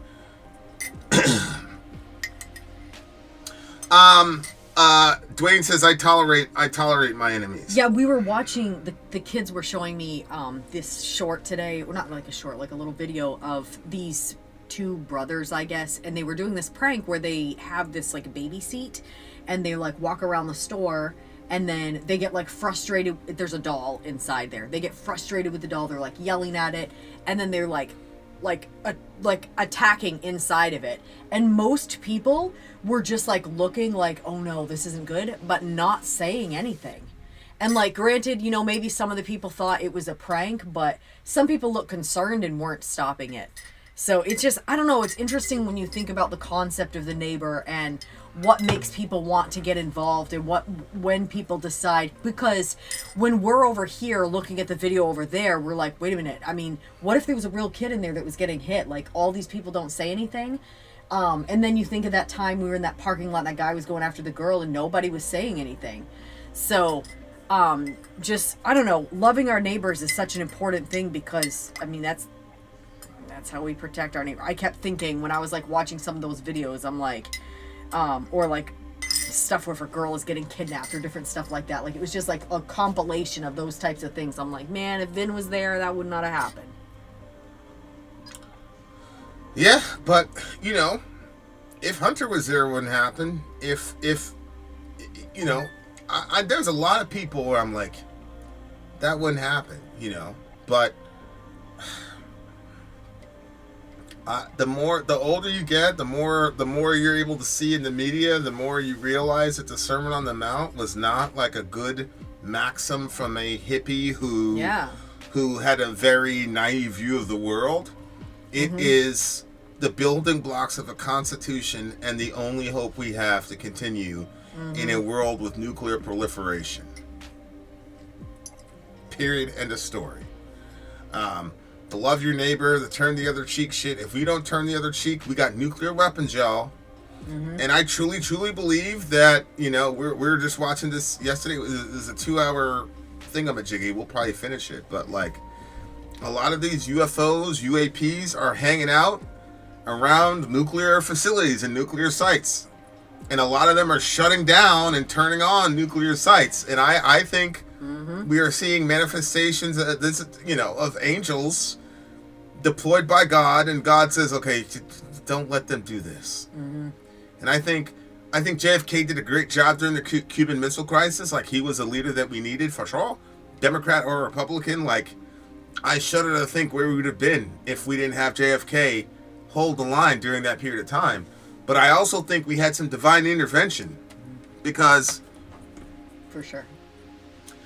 I mean, as I said, this is not the Sermon on the Mount. Go read it. It is not nice little maxims. It's got economy in there. It's got global warfare in there. It's got everything in there that if we followed it, all the shit we complain about, whether it's the Medicare, the taxation system, it's all in there.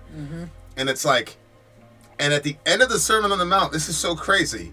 He talks about the house built on sand and the house built on rock. And he goes, okay, like whoever, and it's a singular, he says that fell with a great crash. If you don't listen to me, your house is going to fall with a great crash. It's like, multiply that at the national level. He's saying, if you don't listen, your country's finished. Your hemisphere is finished. We almost deleted the Western Hemisphere in World War II. You know what I'm saying? It came down with a great crash. And like, it's interesting when I see like socialists and Marxists and capitalists like fight each other and they're going back and forth. It's the same thing. It's like, yeah, if we would apply, I don't care what you call the system, but if you would apply Christ's economics that you see in the Sermon on the Mount, we wouldn't be having these cyclical issues relative to our economy and then all the uprisings that arise because of it. And that's why I say, like, I think eventually humanity is going to go, okay, we've had enough revolutions of this. We got to try something else. And I think I think people are going to demand a Sermon on the Mount sort of global constitution. Yep. As a post-millennialist, that's what I believe. I do not believe that Christians are going to go impose Christianity on people. Quite the contrary. I think what's going to happen is secularists, Muslims, Jews, whatever, is going to say, no, we demand this is a way to live. Yeah. Because we've been through, and I don't know how many iterations of this nonsense and how many bodies need to drop before we figure it out, but I truly believe that's going to happen because there is no other option. I agree. You're in a nuclear state. We've got H-bombs. We've got ridiculous craft that are, like. Yep. I think, and what's happening is because we're Americans, we're able to kind of like hang out because we're like at the top of the pile. But that's going to change at some point. All right. I'm going to give this one a 9.8. Shoot, that's exactly what I gave it. There's a lot of Putin declared that Russia trusts in God today. Well, let's see. Let's see if Russia actually trusts in God or in their nuclear capabilities. 9.8. 9.8. Yeah, I think the crying at the end was very significant to me because it's like, I don't know what those people have gone through, and I don't know, especially these, Revos really kind of like took the curtain down, like behind the whole, I don't know what these people are going through, but it's significant to them. Yeah. Yeah. And like, I'm sure she's done that song hundreds of times before, but it's still hitting her. That says something, But shout out to the Koreans, man. They definitely know how to do music, man. Yeah. They definitely know how to do music. Those are my favorite Asian-looking people. That's such a bad thing to say. But I don't care because, I learned my Taekwondo from them. Like I thought Asians were superior to everybody. Back in the day, they had karate and Nintendo. Forget about it. Hey! All right, you guys. We are gonna hit a commercial and then we're gonna be right back. Did I see that right? Are we supposed to do CISOs in between? Yes, I think we're doing. Are we out of? There's one more Revo song. Okay, so after we got one more Revo song. After that, we're gonna debut a song you've never heard before. Wait, is it this though? No. Okay, where is it? Did he email it? You'll figure it out. I got a text from Perfect. I got a text from the big homie. Middle Earth has it all. Don't worry about it. Commercial break. We shall return. I'm Vin. I'm sorry. If you would like to get your song reviewed, dear listener, there's the Filthy Capitalist option. As Svar says, 125 gets you straight to the head of the line. You don't have to be a part of the alliance. You don't have to be part of the group. Wait a minute. And the biggest thing is you don't have to wait. You hop, skip, and jump right in front of everybody. 125 gets you there. You do that 3 times and then get mashed down to the $75 rate for perpetuity. Yes! Also, there is a band review option. So if you've got a band and you're trying to get your band some exposure, hit me up at nsori@gmail.com and I'll show you the details about how to pull that off. You can also jump on Patreon and there is a option on the tiers to be able to get your band reviewed. Obviously, we can't lie to you, so we can't guarantee a positive review. Get what you get. It's just rubbish. Rubbish. Rubbish. That's British for garbage. My favorite is the community option. $1 at the gate gets you in at Patreon. You get to join an alliance. The alliance joins their points together, and that helps determine what songs that we do. The alliances hang out on Discord. Message me on Patreon to get the link. And they do all kinds of other cool things. They do Minecraft, Dungeons and Dragons. Yeah. It's really a community within the community. Anybody can go in the village, facebook.com/VinandSori. There's 160,000+ people on the channel. What's cool about the Discord is that it offers a real opportunity for community connection, friendship, that type of thing. And it's on Discord, so if you're not a Facebook person, it's for you. You start off at $1. Right. Plus you get exclusives. Sori and I are working on a song. So the first 15 seconds of that was on Patreon. Also, at $15 tier and above, when we actually debut the video, they're going to be there live with us. There you are, dear listener. Buy merch.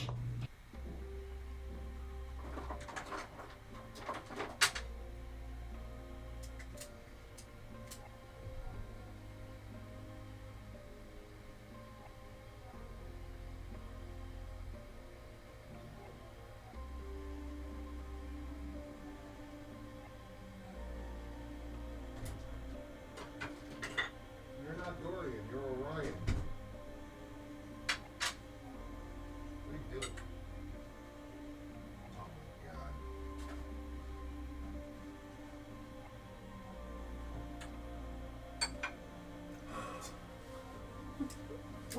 Well, now that I figured out the real issue, What real issue? why I can't stay awake.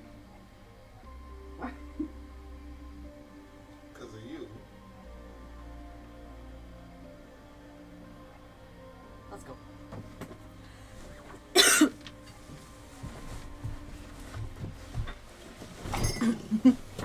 Well, we're back. Vinny will be momentarily with us. Alrighty, you guys. We have DJ. Well, actually, did we decide you got Revo's up next? Got one more Revo song. Dwayne said it sounded like we were doing the dishes. It's a Dreamcatcher song. Yeah, okay, so we're gonna do the Dreamcatcher one first. Yep, then we're gonna go to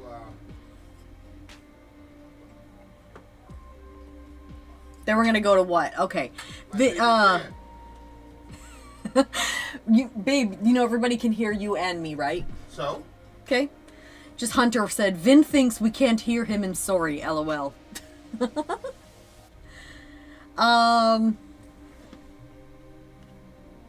Okay, so we're gonna have Dreamcatcher up next. I'll just wait for Vinny and then I shall read. You guys, we can do a random Ask Me Anything. Just, how is everybody's Christmas? What did you guys do? Did, anybody get anything exciting? That's really weird how, like, you just appear and disappear. I know, when I came in, I was like... Just chill out there, you spilled my coffee. Okay, I'm not moving. Spilled my coffee. The multiverse. Like that, app, that Google chip that's tapping into the multiverse to do with computing, the quantum computing over there. Yep. Yep. All right! This one's gonna be uplifting and happy. Who said that? Huh? Who said that? You? No. Or Revo said it? Revo said it. Interesting. All right. Let's see. I heard a lot of colonizing statements in the background. All right. Let me get that timestamp. Boop. 1:45. Yeah, we got raptured. We got raptured. Kai, if the rapture happens, you're coming with us, bro. So you better get your bags ready. Dreamcatcher. Pack your bags. My Christmas sweet love. DJ. Yeah, I would have went on another marathon. I think you guys are going to be pleasantly surprised by what you're going to see in the coming weeks and months. You know, my son was here. He's out there working for the Beast. So he came down. So I'm hanging out with the boy. But don't worry. You guys are going to be seeing way too much of your boy Vincent. So don't worry about that. All right, here we go. All right. So I'm just going to send this link to you so you can do this while I'm reading, okay? Is that CISO song? Yeah. Perfect. Boom. There you go. Okay. And we got the link and it's 12:15, so we got another 10 songs now. Right? Because it's 12. 10 songs a day. Just go ahead. The other thing. Yes.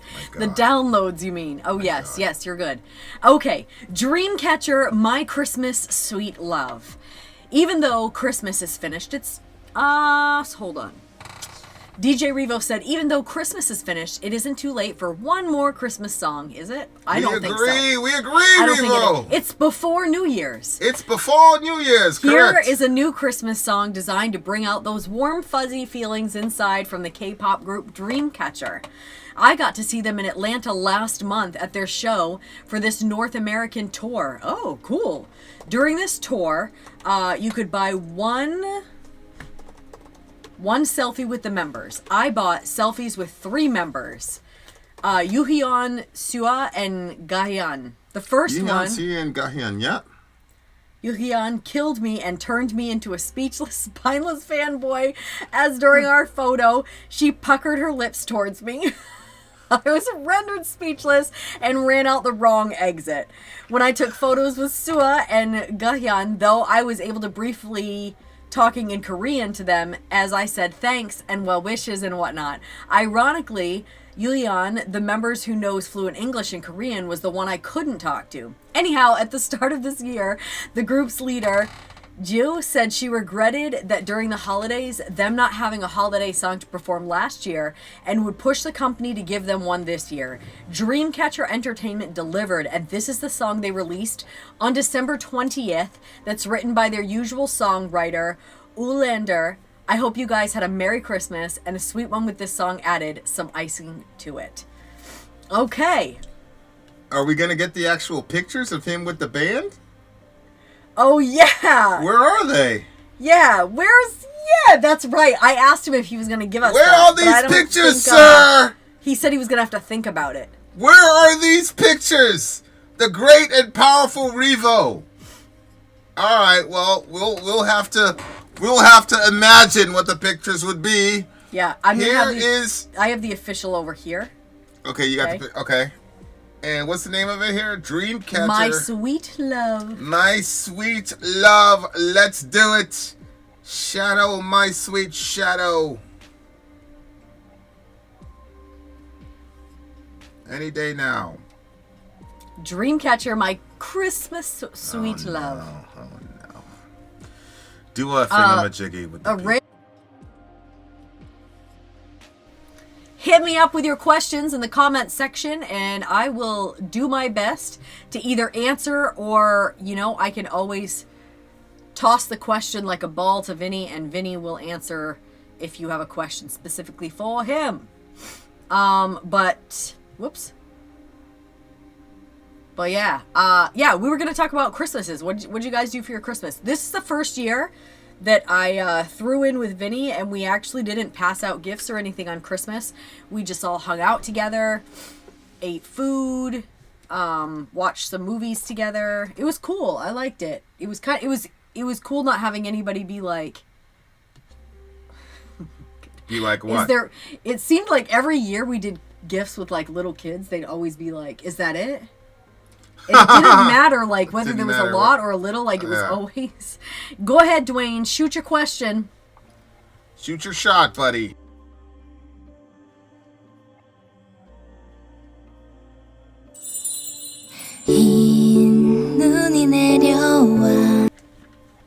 You're gonna miss your opportunity, Dwayne. Not yet, Kyle. Check it out, though. Okay, so I gotta re-download that one. It's All right. called Dreamcatcher what? Special Clip? Is that what it's called? Which one is it? Is this the official one or the... No, or, that's the one you can't play. That's the official one.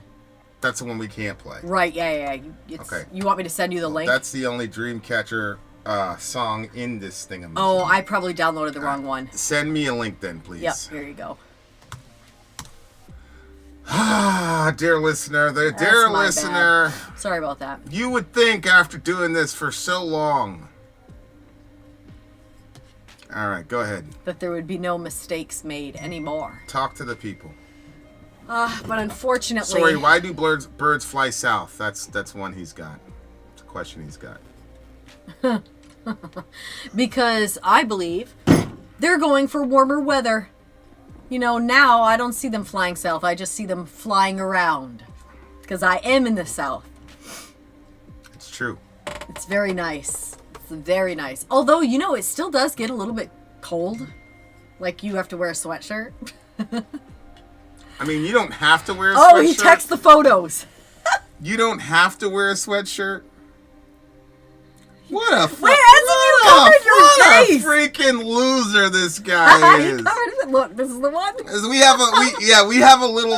This is the one that made him run out. Yeah, that's the one that messed him up. we had a little wager going on about Revo, and now we'll never know because That's true. I don't even know if we should even say. I don't. Well, should we even qualify that? We'll probably type 22 if you want to see the pictures. Wait, is he saying we can send them? We've got proof. Well, I'm assuming that he did that. Seeing as he blocked his face out anyway. Oh, you weren't supposed to do that. You're Why? dumb butt. You were not supposed to say that. Ah, shoot. The subtlety.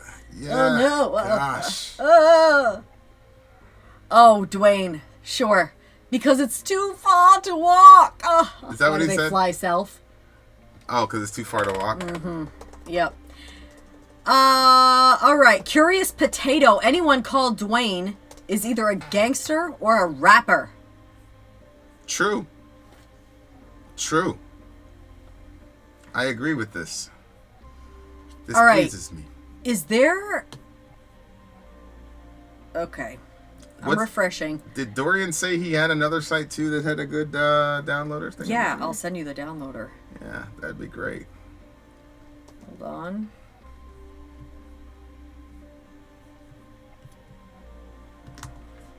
There you go. He said that it's MP4. It says MP3, but maybe once you click into it.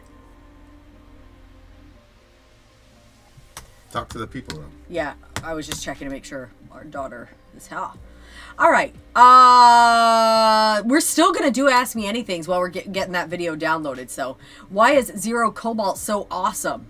That's a good question, but why is Zero Cobalt asking why is Zero Cobalt so awesome?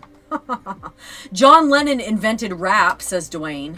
So if anybody was wondering, well, Wow. I think that was kind of what we figured out, Wasn't right? them dudes from the Bronx on the side of the street? It was a white dude. Shout out Again, shout out to Dwayne I for can't believe Dwayne is pushing that. promoting the colonization of our art. Yeah, wow, Dwayne. Wow. I guess some things never change, Yep. huh, Dwayne? Yep. Huh, Dwayne baby? Yep. We see how it is. We see how it is. Vin, do you and Sori ever plan to review The Boys since you both have watched it? I think this is going to be the last season of The Boys, I heard. So, I don't know. I doubt people want to hear us review like all 4 seasons or whatever. But yeah, I mean that's on the table, I guess. Okay, going forward, right, I well- really need to make sure that we pay right, attention to that, okay? Because YouTube is making it hard for folks to download videos now. So Yeah, 100%. I just want to remind you that you said if we can just get 2 downloaded, but I downloaded all of them. I did do one wrong, but okay. just, 2 ways to look at it, right? But I'll try to pay attention more. All right. Let's see. Are we muted? I don't think so. Okay. Let's see, you guys. What happened to my... Here we go. Okay.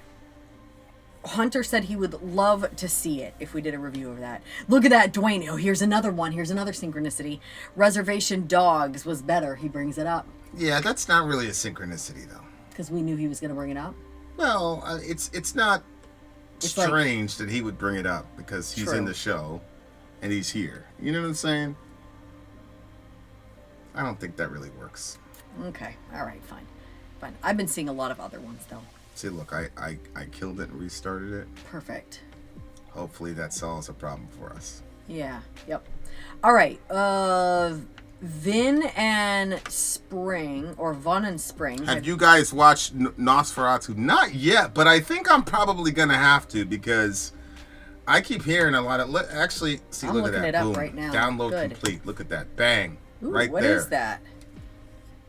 Nosferatu. Here's on Rotten It's Tomatoes. Rotten Tomatoes. Apparently, it's like really scary. Oh, really? It's at 86%. Yeah, it said it was a silent film, but we don't care about that. A silent film? We don't care about that because we have the band, dear listener. We have the band. The band's name is Dreamcatcher. It is a Christmas holiday song, which is why we're being all Christmassy and holiday-y in the background. Here we go. You made it to the 24. Shout out to the big homie Kai on that. All right, guys, here we go. You know, I could actually get that. We could actually watch that Nosferatu film together. Mm-hmm. I don't know. I don't know about that one. I'll have to think that. We'll have to think that through. If you want to watch the Nosferatu film with us, you have got to sign up on Rumble because you know that YouTube is not going to allow that because we don't do the cutting and pasting. All right, let's reread. Let's give another timestamp. We got to do this properly. We're going to give another timestamp and then we're going to reread the intro to this and then we're going to do our song. And he said we can show the photos. And he can show the photos. So send me all the photos, por favoros. Nosferatu is another term for vampires. There you go. And I've got a son. All right. I've got a son that actually works in the movies, and so he was the first one to tell me how successful Nosferatu was. So there we are. Shout out to the homie. Okay, so we're rereading this, you said? Yeah, we're rereading it, and as you're reading it, I will post the pics. Go. Okay. He says, even though Christmas is finished, it isn't too late for one more Christmas song, is it? Here is a new Christmas song designed to bring out all those warm, fuzzy feelings inside from the K-pop group Dreamcatcher. I got to see them in Atlanta last month at their last show for the North American tour. During this tour, you could buy one selfie with the members. I bought selfies with 3 members, Yoohyeon, Sua, and Gahyun. The first one, Yoohyeon, killed me and turned me into a speechless, spineless fanboy as during our photo she puckered her lips towards me. I was rendered speechless and ran out of the wrong exit. When I took photos with Sua and Gahyun, though, I was able to briefly talk in Korean to them as I said thanks and well wishes and whatnot. Ironically, Yoohyeon, the member who knows fluent English and Korean, was the one I couldn't talk to. Anyhow, at the start of this year, the group's leader, Ju, said she regretted that during the holidays, them not having a holiday song to perform last year, and would push the company to give them one this year. Dreamcatcher Entertainment delivered, and this is the song they released on December 20th. This, that's written by their usual songwriter, Ullander. I hope you guys had a Merry Christmas, and a sweet one with this song added hopefully some icing to it. All right, let's check it out. And here is the other picture since you guys typed all those 22s. 22, do, do. Bada bing, bada boom. All right, so here we go. That later, Applejack. All right, guys, here we go. Here is the band, the man, the myth, the legend itself. Why are you still here? Why are you still here? Why are you people here? All right, guys, here we go. Dreamcatcher. My Christmas. Let's do it.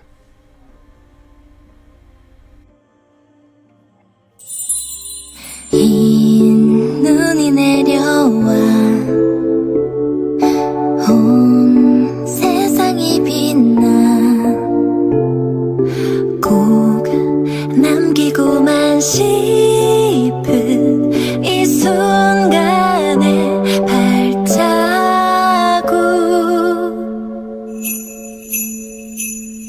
My love is always with you I want to forward with you My love never leaves you Like the always coming Christmas 어느새 12월에 향기와 그 너머에 울리는 종소리가 귓가에 흘러 궁금해 너의 겨울이 또 하나는 우리 사이에 무언가 아직 잘은 모르지만 더 끝에 찬이 불 같은 양손에 떨어진 것 같은 포근함일까 I'm in love My Christmas sweet love 우리만의 호흡 Singing my jingle bell rock 내게 닿도록 I'm in love My Christmas sweet love 거리 위에 와있어 이제 너의 모든 겨울을 내게 줘 Oh my sweet love 말해줘 이 순간에 눈이 다 녹기 전에 우리의 시작을 기다려왔어 Oh happy holiday 꿈 같은 밤이길 시린 겨울바람도 우리 함께라면 Oh 길거리에 없는 만큼 머리 위털 목자만큼 따뜻할 거야 I'm in love My Christmas sweet love 우리만의 호흡 Singing my jingle bell rock 내게 닿도록 I'm in love My Christmas sweet love 거리 위에 와있어 이제 너의 모든 겨울을 내게 줘 우리를 닮은 크리스마스 노래가 온 거리에 울려 퍼져 wonderful I'm waiting confess your love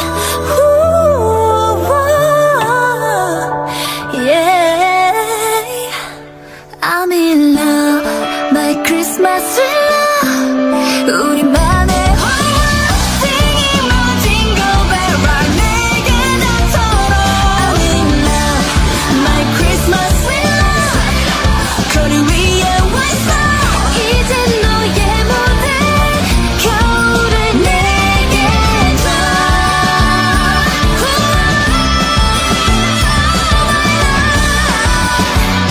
My love, my love, my love My love is always with you I want to forward with you My love never leaves you Like the always coming Christmas I want to forward with you. What does that mean, I want to forward with you? Forward with you.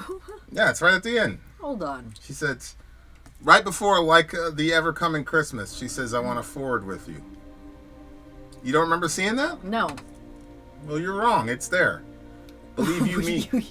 You said if I remember seeing it. If I don't remember seeing that, how does that make me wrong? I don't know, but somehow you God. are. Somehow you are. Okay, so the last thing she says, I want to forward with you. Yeah. Huh. My love is always with you. I want to forward with you. I don't know what that means. I don't know what she meant by that. Maybe she's saying she wants to move forward with him, or well, maybe she my wants love to, never leaves you like the always coming Christmas. Yeah. So maybe she's saying I want to forward with you. Maybe she's saying the future, like meaning like the future. Yeah, I think she's got great English. I think she probably meant like I want to always look forward to being with you, like the ever coming Christmas, you know. Poorly translated, no doubt. Yeah, but they didn't translate that one. She sang that part in English. But you're translating. Well, I tried to explain to somebody yesterday that that translations are also interpretations. But it be what it be sometimes. Okay, what did you think of the song? I never really. Maybe this is me, but maybe because I'm so like theological about everything. Like I never really associated Christmas with a time for love, like person on person love. See what I'm saying? So she's talking about like, oh, love and Christmas. I'm like, whoa, what an interesting combination. You just considered that right now in this moment when you heard the song? Yeah, I've never heard anything about relationship, love, and Christmas. Are there songs about relationship, love, and Christmas? What about the mistletoe? When I'd put like mistletoe up, stuff like that, it didn't like. Yeah. You just think it was like, their story just doing like the relationship-y thing. No, I mean that's like a staple. Right, I don't think mistletoe. you invented the mistletoe. Maybe if I would have remembered the mistletoe, but it's always like said in passing though, like and the mistletoe, like the hot chocolate, the mistletoe. But like this song was like, it's like love and Christmas. Like I want to be in love during Christmas, and like characterizing the love like Christmas, like. She's like, I want to, look forward to life with you the way you look forward to Christmas type of thing. I've never thought of it that way, but. Well, you know me, everything was always relationship. I'm not saying it's right or wrong. I'm just saying relationship-ized. So yeah, for me, oh wow, Christmas in Korea and Japan, Christmas is actually a dating holiday. Look at that. That's interesting. I can see it. I can see it. You're giving gifts and. It's a happy thing. And yeah, I could definitely see that. I know when growing up, thinking? anytime that Christmas was happening, I always was looking forward to like, I can't wait for the day that I'm sitting around the Christmas tree and I'm going to be in love. Like that was like, I was looking forward to that big time. Like, I'll be married, I'll have kids, blah, blah, blah. Like all these different things, thoughts about, but holidays, absolutely. Like, that's what you thought? You'll be in love on Christmas? A girl, yeah. You know how a girl will look at like a wedding dress. She looks toward her wedding dress, blah blah blah. Yeah. Like that. So just looking at holidays and what? I feel so bad for you. Why? Because of how you are on holidays. You gotta prep me for this stuff. Like you gotta say like, look, when I was a kid, this is what I thought about, blah blah blah. So don't screw this up for me. Like it would go a lot better if you did that, because I'm like, okay, I gotta be on Christmas. You see what I'm saying? But you're probably gonna say, well, I don't want it that way if I have to say it that way, because that's not the fantasy. And I go, okay, that makes a lot of sense. We continue. Go ahead. But I like. This seems to be your territory, So ma'am, our kids do this thing where they do like a dance party. They put on music and then they all dance around in the living room. And this, I think, would be a really fun sort of Christmassy song for them to do it, especially when she did the singing part in English. The My Love Is Always. I think she did about Christmas, like the Always Coming Christmas, like that whole main part. My love is always with you. I want to forward with you. Yeah. So I like it. I liked the upbeat sound of it. I liked that it had it did sort of have like that little bit sort of festive-y sound to it. Like it Christmas definitely felt like Christmassy for sure. Yeah, but at the same time, it still had its other elements. I cannot believe that these bands can support so many great singers in the same band. Like, how do you do that? Well, I mean, when you go out and see them, I mean, they're playing to thousands and thousands of people. Yep. So, I mean, I'm assuming they make that all back in one night. Yeah, I mean, good for them. I mean, that's a big, if you can get a big venue and you can draw in a big crowd like that, like, yeah. So yeah, I liked it. I would actually, I'd play this on Christmas for sure. Yeah, I agree. I think like next year I'm gonna really make an effort for the holiday season. This song has inspired me to make an effort for the holiday season. You made an effort this year. I know you did. So I will be better. I will be better next year. Like seriously, I'm really even before everything happened, I was not a very big holiday person. Mm-hmm. I've always had like a hard time of like being in a situation where celebrating because you're supposed to celebrate. You know? That's always been a thing to me. Like, what? Like, why? I think that there's like two ways of looking at it. There's like that, like, oh, are we celebrating because we're supposed to? Or it's the whole like, oh, look, here's another reason for us to celebrate. You know, like that thing where they're like, an alcoholic is always going to find a reason to drink. Like, it's like that. Like, if you want to have fun, then you're always looking for a reason to have fun. Oh, look, it's Christmas now. Oh, look, here's a birthday. Oh, look, here's a, like, let's throw a barbecue. But you know what I mean? Like, it's that sort of... No, I agree. I think there's a lot of validity to that. I think that there's... yeah. I get it. 9.7 for me. I like this one. It's a solid 9 for me. It's a solid 9 for me, dear listener.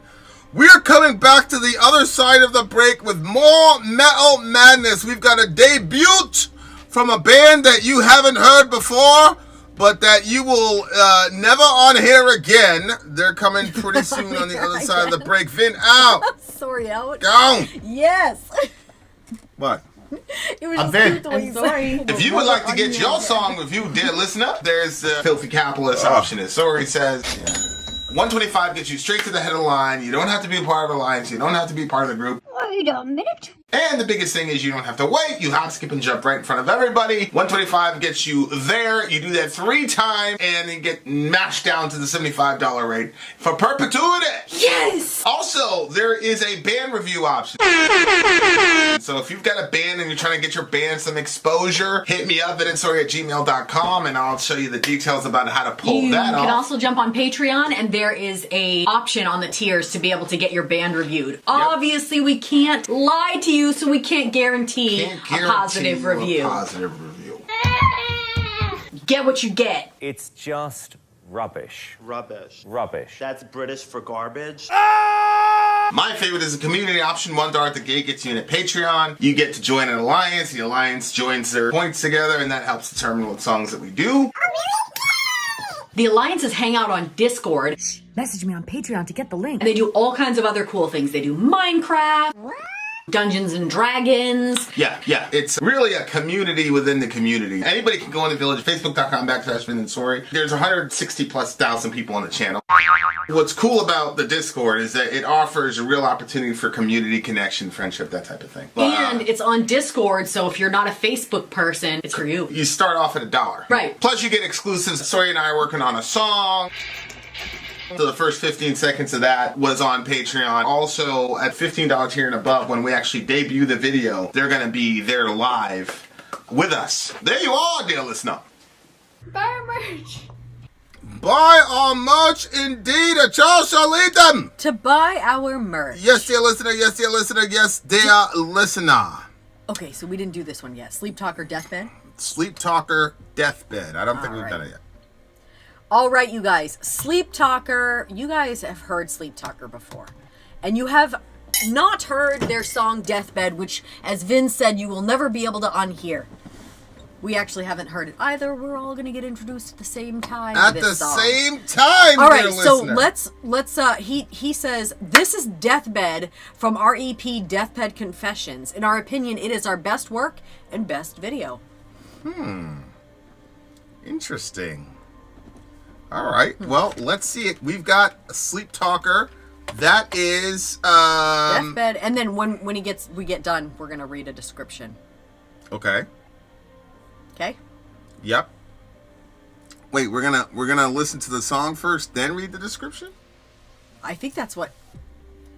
That's my assumption based off of the order of things here. Hold on. I think he actually said to read the description after. Yeah, that's what I'm saying. That's right. Okay.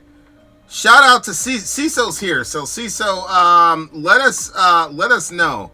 We were supposed to debut this song a couple days ago, and then for whatever reason, dear listener, the gods decided against it. So here we are. Here we go. Debuting legitimately one of my favorite bands. Like legitimately, like I use these guys as background all the time because they're literally a professional band and they got some shit coming down the pike. You have no idea.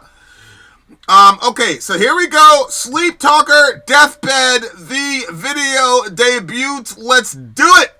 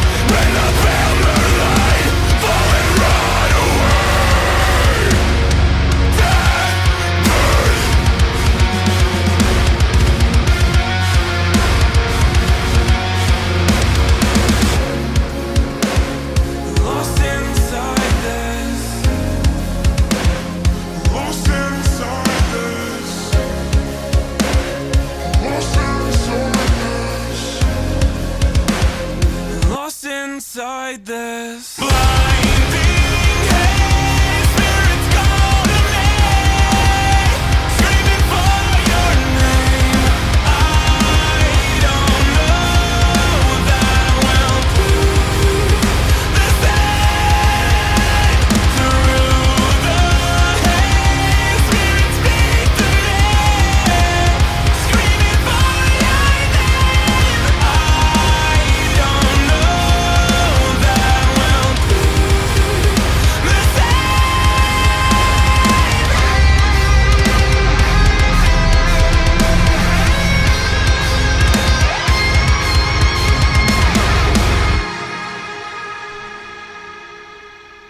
That was Sleep Talker. Yeah, Death freaking bed. Did you send me the lyrics? I thought so. Did you send me the lyrics? But I don't know. So I'm just gonna send them to you again, just in case. Whoop. Okay. They did really good.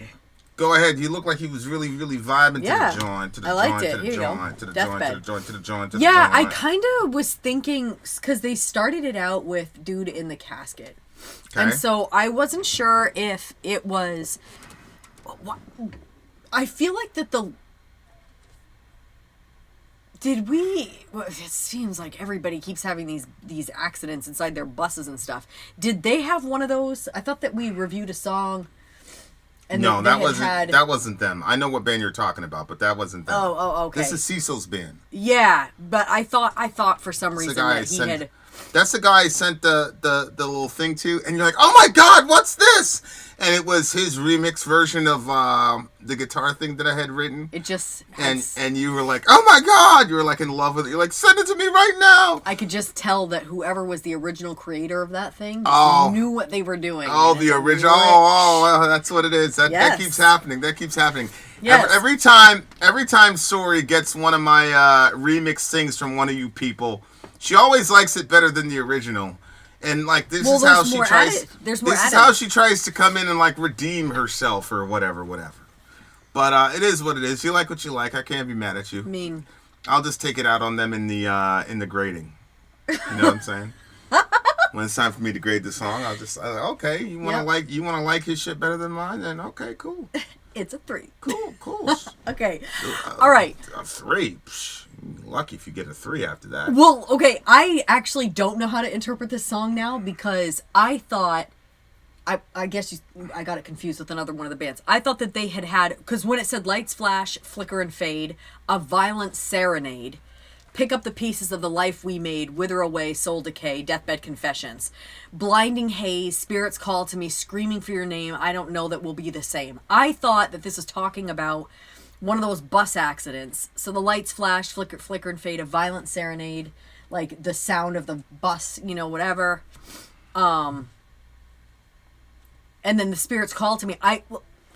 Then there's a part talking about the white, right there, through the white light, the embers blazing red. Mm-hmm. So I just thought it was like, yeah, the person had an accident. They were, potentially dying. Like maybe it's a walk to the light thing. There was also the white too. I don't know if they're talking about the white of the hospital walls. That could also be it. Because it said painting the walls white. Abstract designs fade to obscurity. The moonlight reveals your face. Looking down from above, set me free. Painting the walls white. So I don't know if somebody was like above, like that. That was the interpretation that I had for it. Like the person's above them, and then the painting the walls white. I just thought that was like, like it's closing in the white. But I liked the clean vocals. Well, it says pick up the pieces of the life we made. So I interpreted that as either talking about the band itself or talking about a relationship and how the relationship works in the context of being in the band. Mm-hmm. Okay. Although the light thing is interesting to me because you've got multiple colors here. The white light, the embers blazing red, all I see is shadows and dances. Was it all in vain? Will we ever be the same again? Ooh. So that to me looks like some sort of relationship is on its way out. Because the name of the song is Deathbed. Now, obviously, you could have a relationship thingamajig to it, with a double entendre relative to the bed, deathbed. See what I'm saying? Through the white light, the embers blazing red, and I see shadows dancing. Was it all in vain? Will we ever be the same again? Abstract designs fade to obscurity. The moonlight reveals your face. Looking down from up above, set me free. Painting the walls white. So, like, this person is now the moon. See what I'm saying? The moonlight reveals your face, and it says, looking down from up above.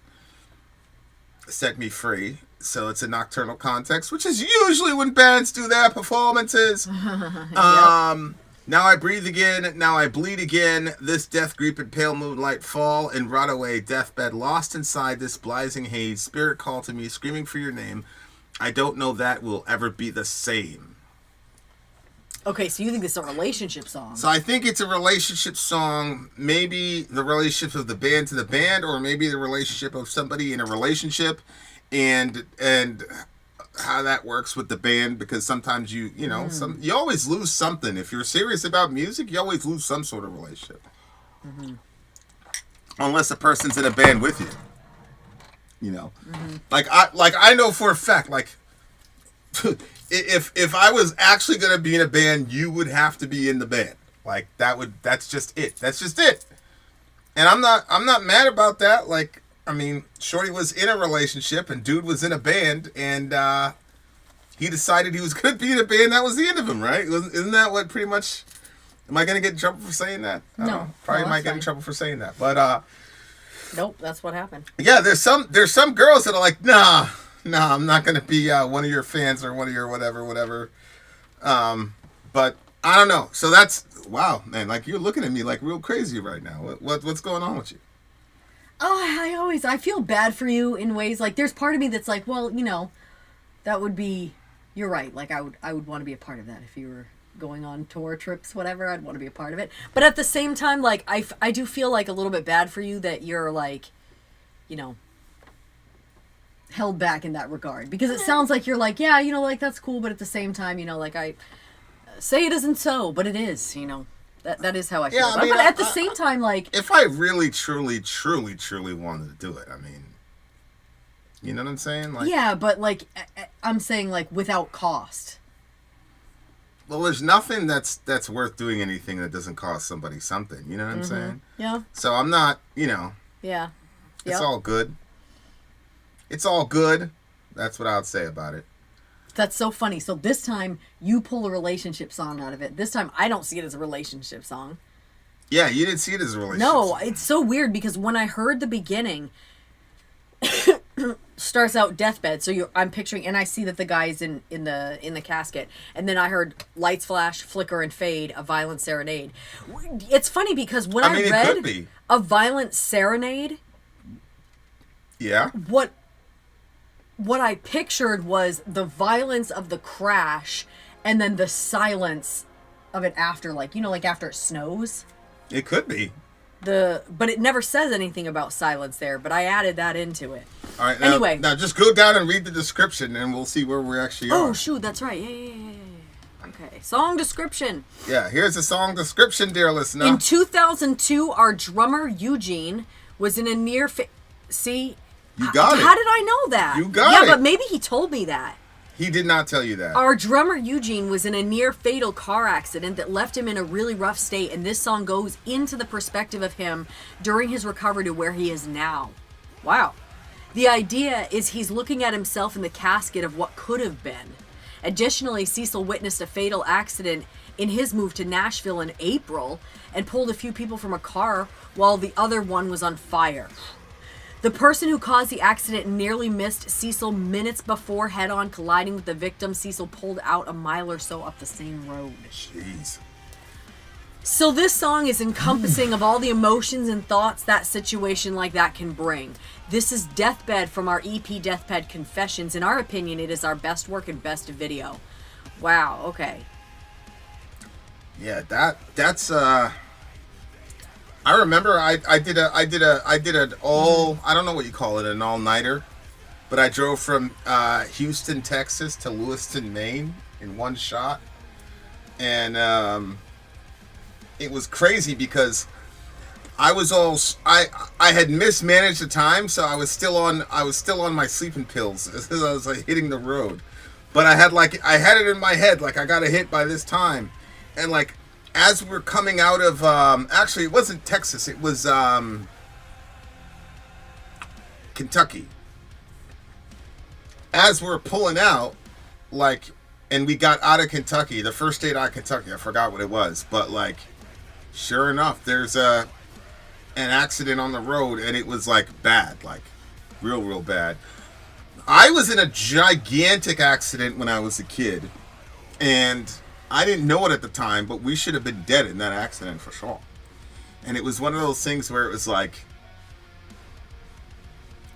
earlier we were going to, I'll never forget it, we were going to get this game called Ninja Gaiden at Blockbuster Videos. For you zillennials, there was a place called Blockbuster Videos where you could actually rent movies and video games, literally. And so I was going to get this game, Ninja Gaiden, and it was my turn to sit in the front, and my mom was and my older brother was no, it's my turn to sit in the front. We started fighting about it. My mom said, both of you guys in the back. So anyway, we're both sitting in the back. We go to get Ninja Gaiden, and we're coming out, and we got hit multiple times into the wrong lane, and there's this 18-wheeler coming straight for us at as fast as those things go. And I remember my mom saying something to the effect of, "Take us, Lord." She was certain we were all going to die.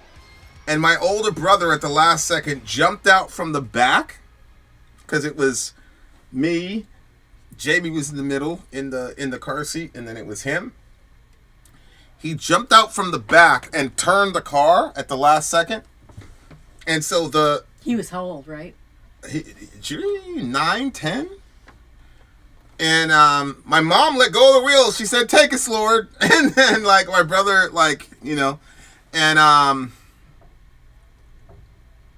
so anyway, hit the car, whatever. I like to this day, like every time I talk about it, I remember the truck coming like straight, like filling the windshield, and we got out of there without a scratch. My mom had a traumatic head injury that she never really recovered from.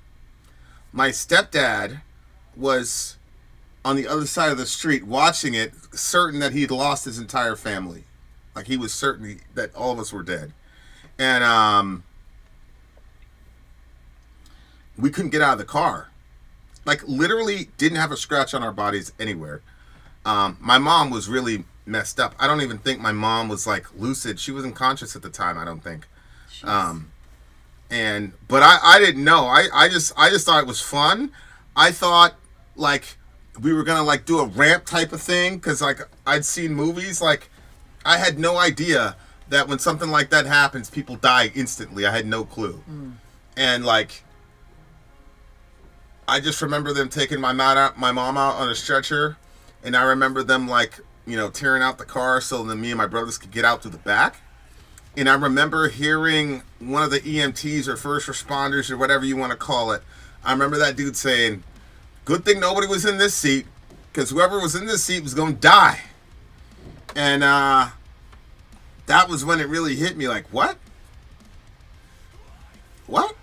And, you know, and then I looked out at my mom, and my mom was like, she was out, you know? And so, like, she was, and like, we didn't get to see her. They wouldn't let us see her, you know? And then when we finally showed up in the hospital, I mean, she was jacked up. She was a neck brace, all type of shit. Jeez. But yeah, that was a crazy moment in the history of our family, because my mother was never really the same after that situation. And it's crazy for me to think about, like, 2 or 4 of those people in the car aren't even here anymore. It's crazy. My mom and my brother's gone. So it's my first Christmas without my brother. So all you people asking me about Merry Christmas, that's why. And it's really interesting, too, because, like, we tried to do the song earlier, and we weren't able to do it, you know? Mm-hmm. So God's got his reasons. Maybe it's something I needed to talk about. But yeah, man, that accident was, that whole thing like set the trajectory of our life like to this moment. Like it's pretty crazy. And I remember I had to take this giant psychological battery one time, and it wasn't like when I was in the hospital. It was for something else. It was this giant, like literally like 6,000-7,000 questions. And like I remember talking about that and talking about like I didn't even know, but like I had, I guess, mild PTSD from that, you know what I'm saying? Like, that whole situation. And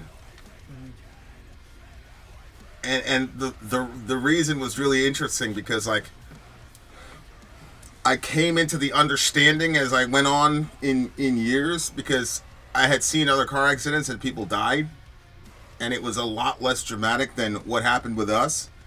And so it was basically... Wow. Yeah. The psychologist was essentially saying, like, you were...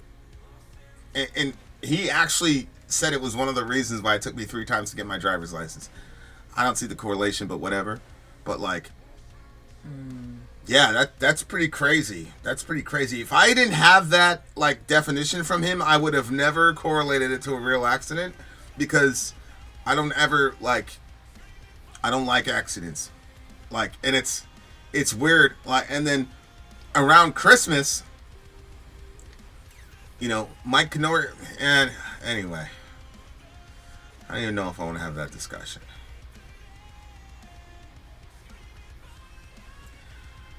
So these people I was working with back in the day, and they used to call me preacher all the time, because I used to post on MySpace and all type of shit. Some of you guys probably won't even know what MySpace is either. But Christmas was going to fall on a Monday at work. And so it was me, a couple of the guys from work, and we were all going to play football on the field. And it was this kid named Matt, Mike, all those guys, Rob, all the rest of them. And we were all going to go play football on Monday. And because Monday was going to be Christmas, Sunday was Christmas Eve, and then they had a party on Saturday. And so Tim comes up to me, he's like, yo, come to the party, we'll get you drunk, we'll get you smoked up, it'll be funny to see you drunk and smoke up, preacher. And I'm like, nah, I'm good. I'm going home to my family, and then I'm going to church on Sunday. Then I'm going to kick the shit out of you guys on football on Monday.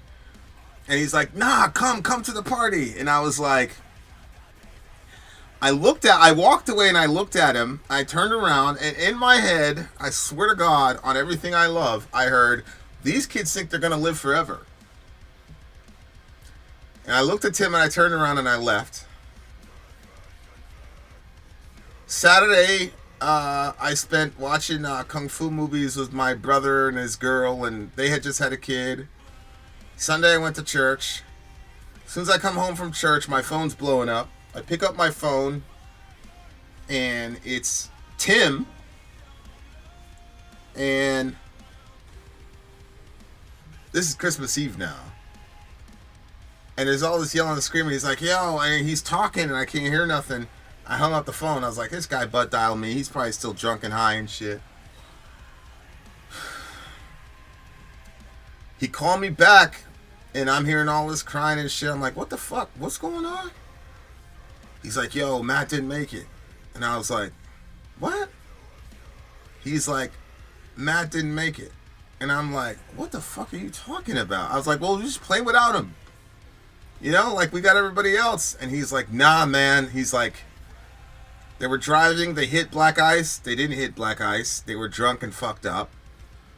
And ran into the other lane. There was this newly married couple and their dog. Killed them. Everybody died in his car, too. Mike died. Rob died. The other guy died. Jake died. And then Matt, the guy that worked with me directly, he held on in the hospital. His twin brother came to see him, squeezed his hand, he squeezed his hand back, and then he died. And so they were at the hospital calling me when they got the word that Matt also died. And that was Dorian's first Christmas. And next year is going to be 20 years since that happened. I couldn't believe it. But Mike's dad on Christmas Eve had to go to the hospital and identify his son. And I've had about 2 or 3 times in my life where I said, you got this one wrong, God. Like, this one is all wrong. The whole thing. Like, this couple had nothing to do with nothing. They just got married. They were on the way to see their family.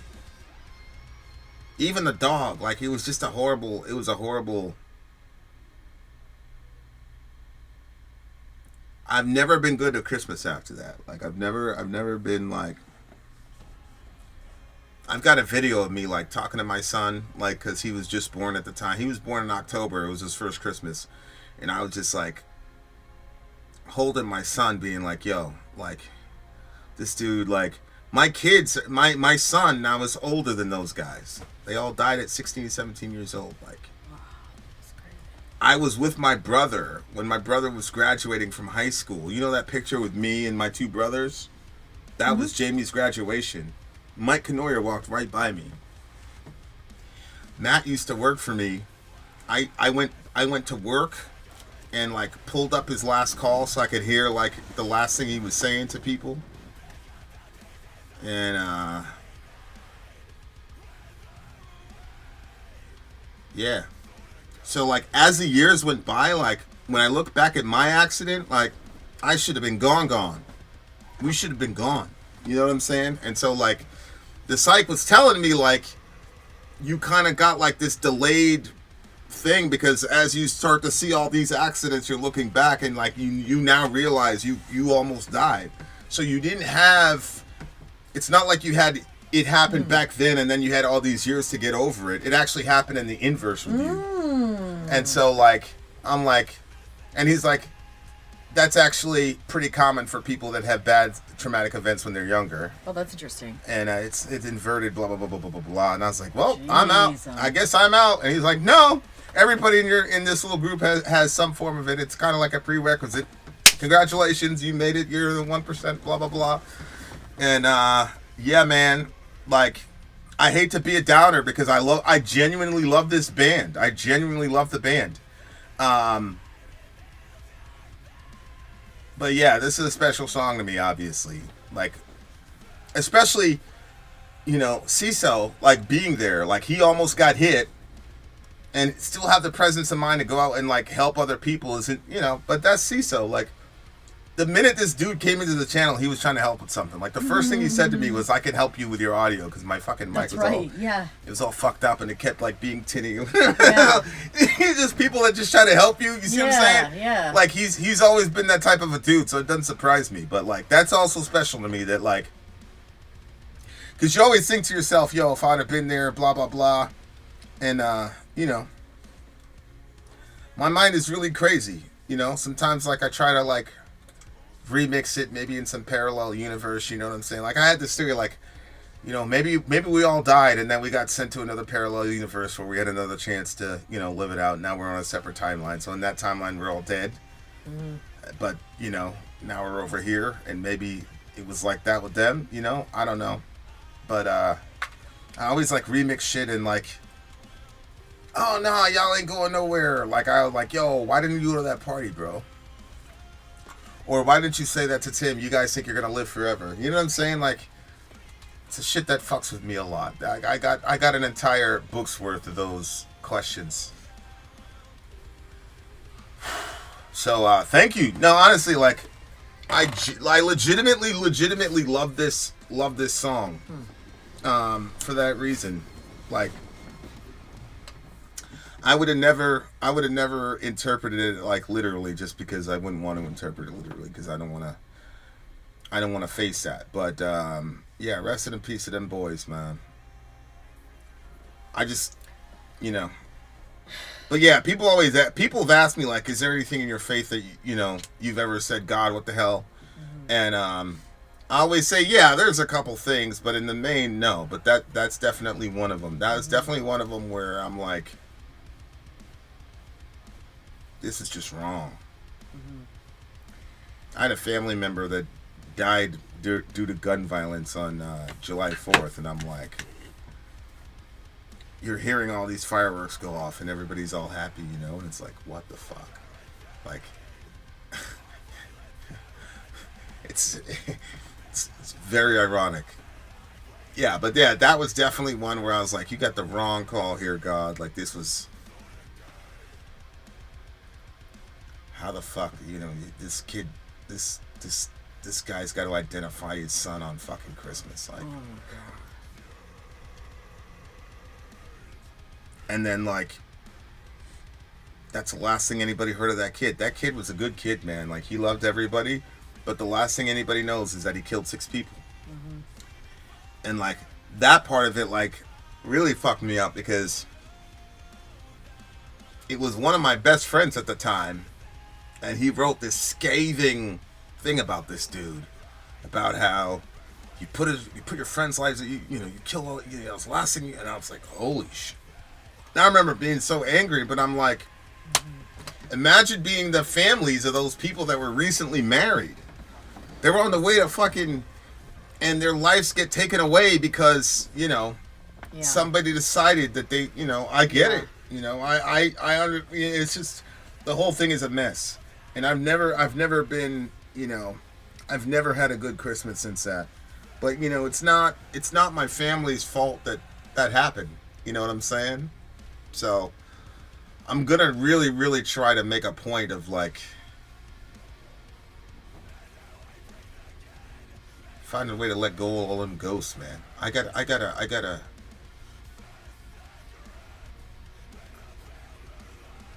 I got a room full of ghosts that I hang out with a lot, I think. It's just hard to let that shit go when you feel like... I'm always in these situations where it's like, why didn't you go to the party, man?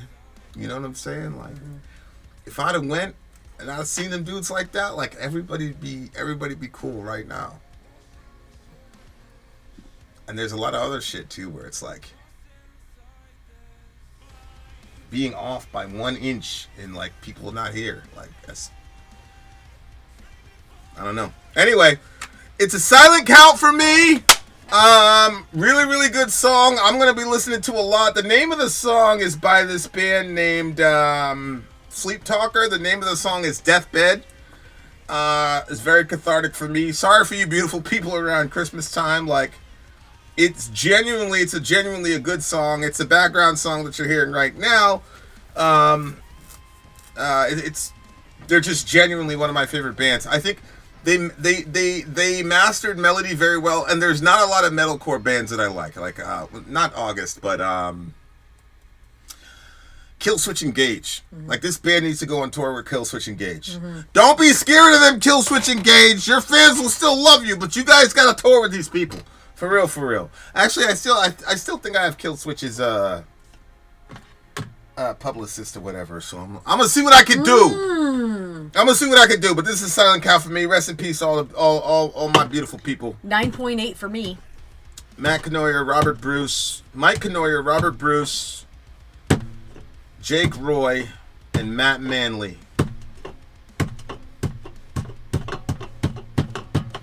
Matt Manley was this black dude. I'm just gonna talk now. He was this black dude.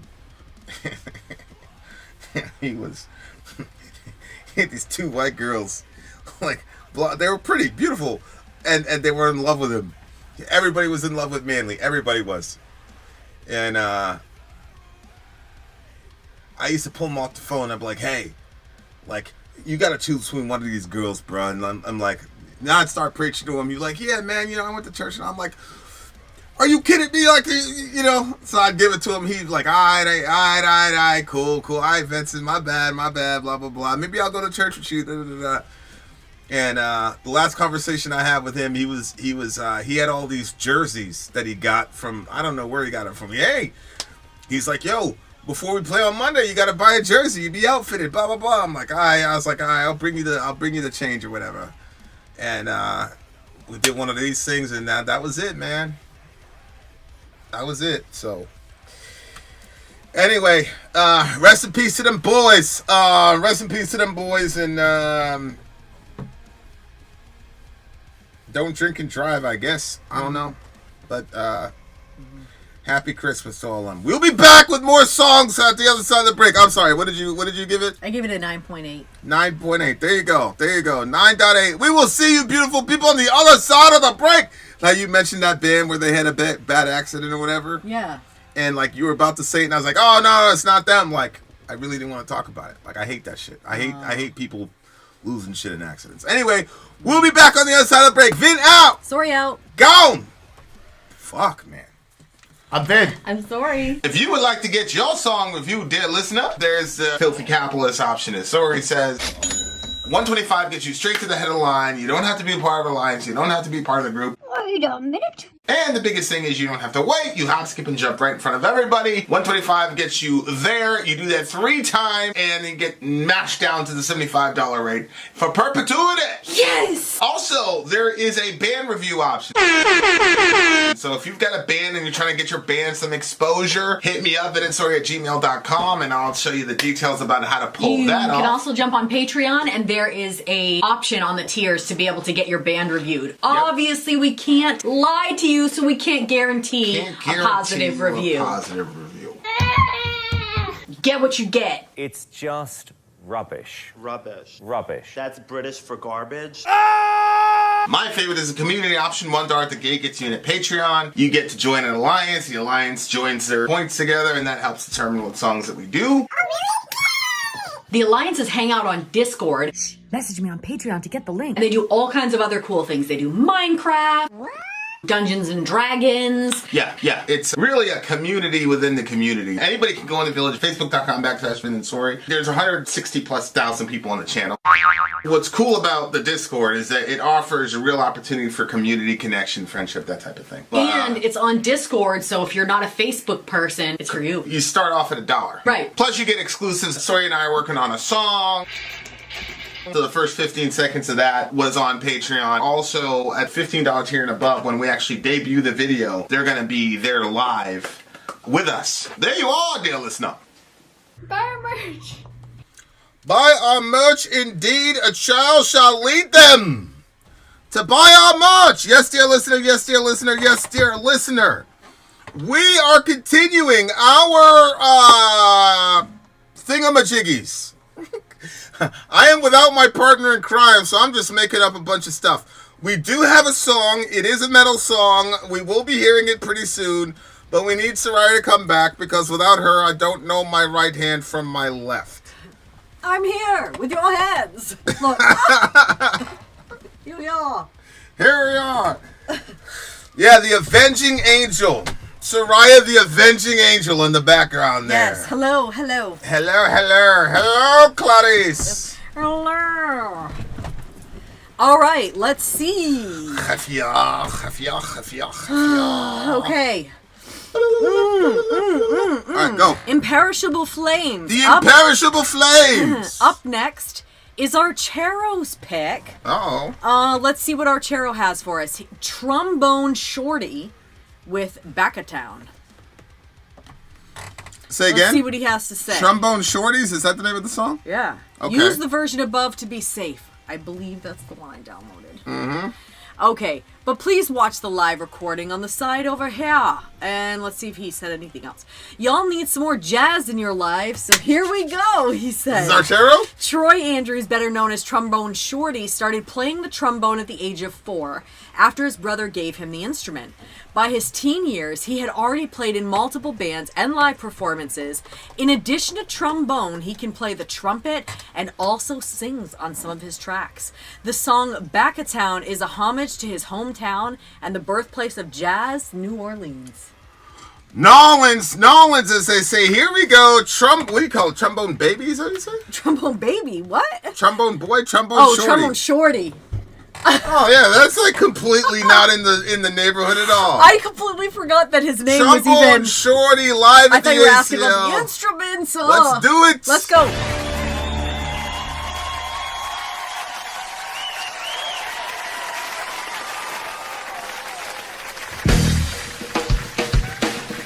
Is there lyrics? Is it just instrumental? I'm gonna take y'all down to New Orleans, a little place named Backatown. Oh, this guy. Talk to me, brother minister.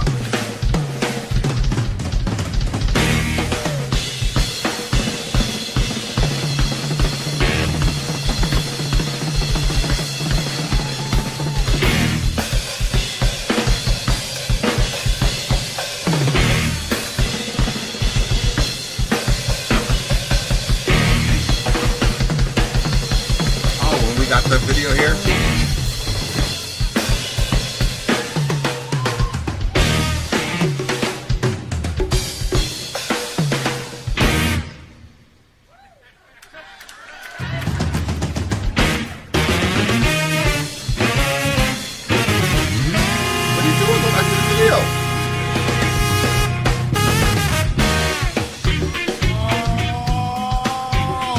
Yo, make some noise for Joy Peoples on the drum. Feel like falling it up. I feel like falling it up. Here we go.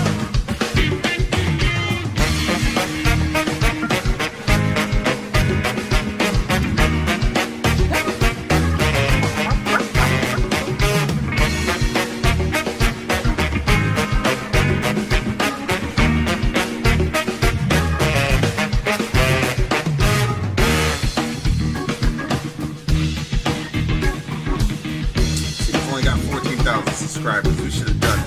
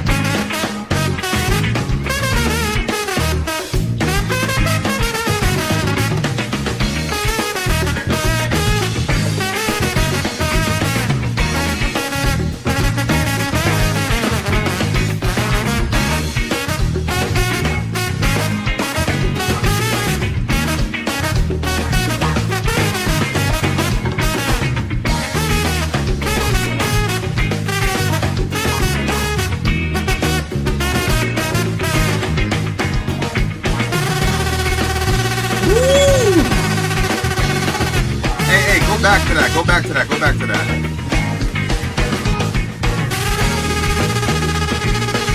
Hey, I need to know, what is that technique called that he's doing? What's that called, Archero?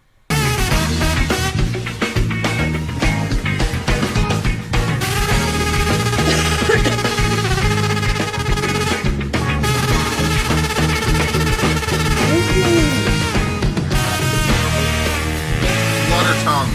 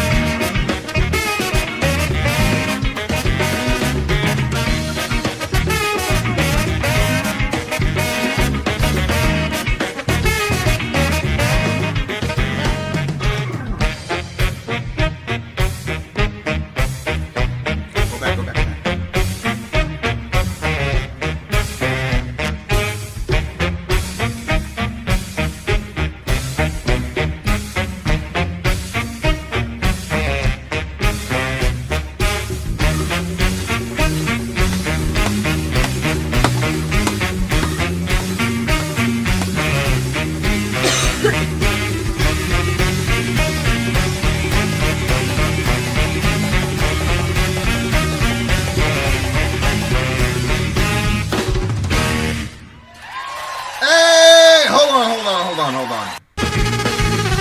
That part.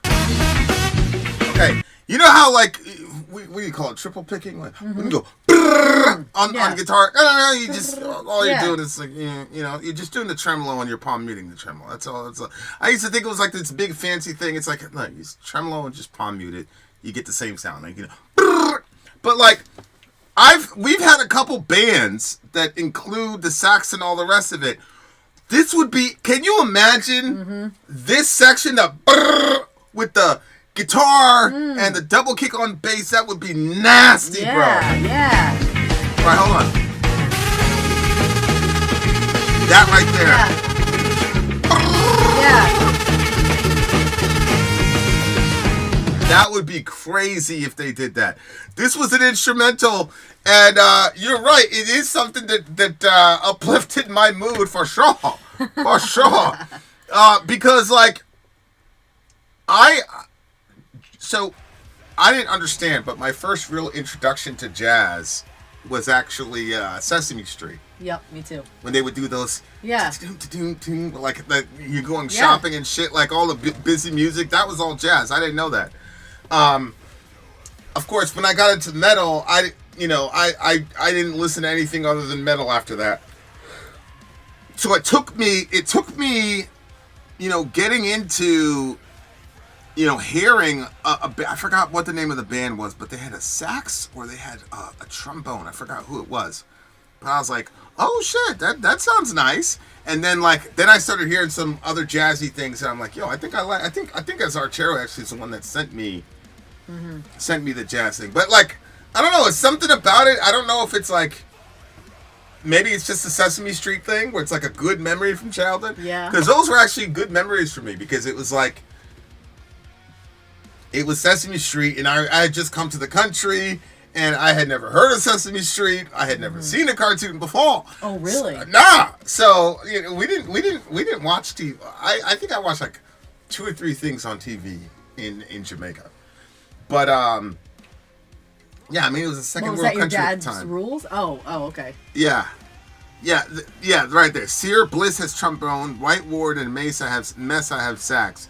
There was another band too that had a sax or something like that, and it was crazy. I gave it an 11. It's like one of the few 11s I gave in that year. But like, yeah, I love the jazz stuff. I don't know why. It just gives me a good feeling, especially considering the previous song I just dealt with. I really enjoyed this song. What was going on with you? For me, like I like jazz, but I think I like this sort of like slower, sappier jazz that makes you think of like a sort of like, it was Rivers of Nihil or Nihil, whatever. Sorry, go ahead. This was like more like uppity jazz, like that's gonna be my description. Like uppity it's more, jazz. yeah, it's like more upbeat. And a black guy is the guy at the head of the thing. And she has no idea what she's done. But oh no, what did I do? Continue. Uppity is a term for like Negroes that don't know their place. It's one of those uppity blacks. You called it uppity jazz. Go ahead. I know. You're talking about the beat and the pace and the tempo. I know what you're saying. Yeah, I'm talking about the tempo. So yeah, I wasn't. It's not like it was good. Like it's definitely good. I see what you were saying with some of the stuff. Like if you transposed it to another instrument, making that sound, that'd be cool. I'm surprised that a band hasn't done that, or maybe they have, and I just didn't hear it. But that would be me, man. I'd be like, "Yep, let's just do that." Okay, good. Go ahead. So I like it. It was more. I like it, but it's not as much my style as the slower jazz stuff. Do you know the song "Fever" by Peggy Lee? That may be the type of jazz you like best. I don't think I know that song. No. Well, if this one wasn't so uplifting to me, maybe we would have got a different store. But considering the context I'm in, and the fact that I was not looking to be uplifted, the fact that it uplifted me was pretty crazy. No, I've not seen Fever. I don't think so. Cassia Bell in this bitch. What's up? Gang. What's up, Cassia? Merry Christmas, happy holidays, Hanukkah, Kwanzaa, all that shit. All of it. All of it. I love this song. It was really, really badass. And the band was crazy. This is getting a 9.5 from me. Really? It's getting a 9.5 from me. Like I genuinely enjoyed it, and that technique, I'm sure it's probably simple to pull off. But I want to hear Archero. Where is the metal band that goes on a run with that? Like that would be crazy. Like staccato with the trombone, and then with the guitar and with the drums. That would be insane to hear. I need to hear it. 8.7. CISO. For me. CISO. You need to get me a sample of somebody going on a run like that so I could do something around that with guitar. Like, I'm not playing around. Like, I'm going to steal that shit. That shit is incredible. It was incredible. 9.5 for me. What did you give it? 8.7. That's because you have no culture. You have no culture. Look at that. All right, guys, we got one more song for you beautiful people. Middle Earth's pick. It's Svar. Luminous Lethal Force is the name of the song. Talk to the people about what it means. So Middle Earth says, from Svar's 2022 EP, Under a Sky Full of Thunder, the song is Luminous Lethal Force, Polish melodic pagan black metal. Polish melodic pagan black metal. Excellent. Okay, now where is the timestamp for when we're supposed to I think he forgot to put the timestamp. Okay. And oh no, he didn't. Good. And I was gonna say I forgot to. 6:25. Yep. To Thank you very kindly. I knew that Middle Earth would not fail me. Yeah. I knew. But I did by saying it wasn't here. Yep. I also knew you would fail Once me. Was again, it 6:25? 6:25 to 12:54. Once again. What? I failed you. Get me for the last time. You failed me for the last time. Here's the timestamps, okay? Oh my god, I can't think of a metal band that has a brass flutter tongue section. That is insane to me. That is insane. That just looks like it would be like right from the beginning. Something somebody would have figured out. Okay, here you go. Okay, you got the lyrics finally? Lyrics. All right. Lyrics are sent to you, and timestamps are also sent to you. 12:54. Those lyrics are not. Is that the entirety of the lyrics? Mm-hmm. Okay. All right, guys, here we go. Last song of the night. This is Svar, And what's the name of the song? Tell the people the name of the song. Luminous Lethal Force, but I'm not sure. The Under a Sky Full of Thunder is also part of the title. So some of it must be okay. Well, Under a Sky Full of Thunder is the name of the so the record. Song is Luminous Lethal Force. So the whole title there. Brooke Horn back in this bitch. What's up, Brooke? Brooklyn I feel like there should have been some like Watch it. Yeah, I know. I know. Read what he has to say. Again? Oh, he says he doesn't have the lyrics yet, but I do have the lyrics right here, I think. Inshallah. Svar has a new album out, but I don't have the lyrics yet. How did you get these lyrics, babe? Well, he said that they have a new one out. This came out in 22. Oh, I see. Okay. All right, guys, here we go. Svar. Svar is the name of this band. Let's do it now. Oh, yeah, it's black metal for sure. Some tremolo. Give me some tremolo, baby. Where's my tremolo at?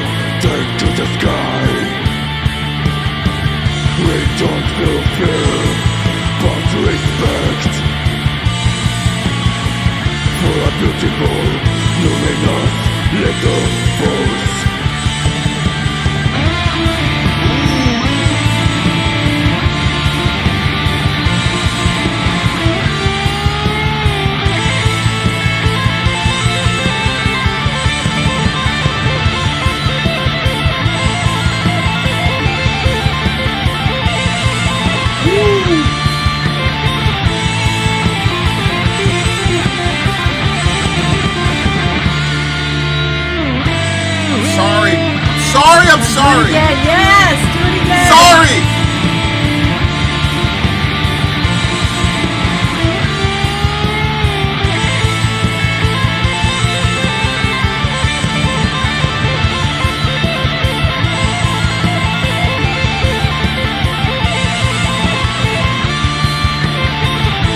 That part right there.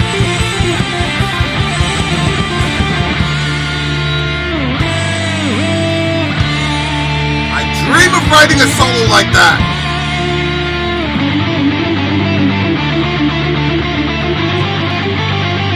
Tell one whose name we could speak,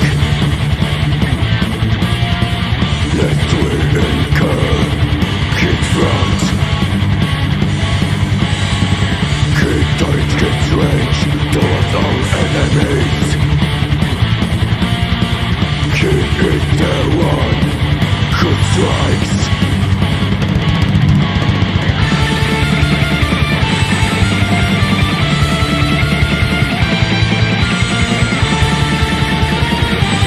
Here's the treble picking there, listener.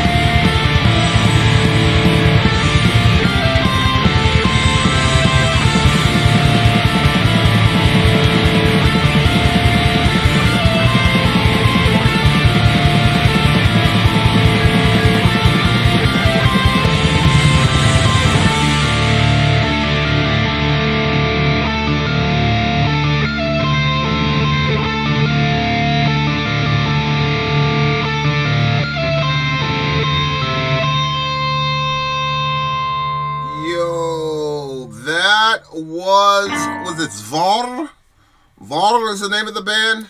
Svar. Svar. I don't know what that means. What does that mean? I really like that song. So he's talking about the thunder, lightning and thunder. Lightning, really. It looks fire. like lightning really is the one, right? Yeah. I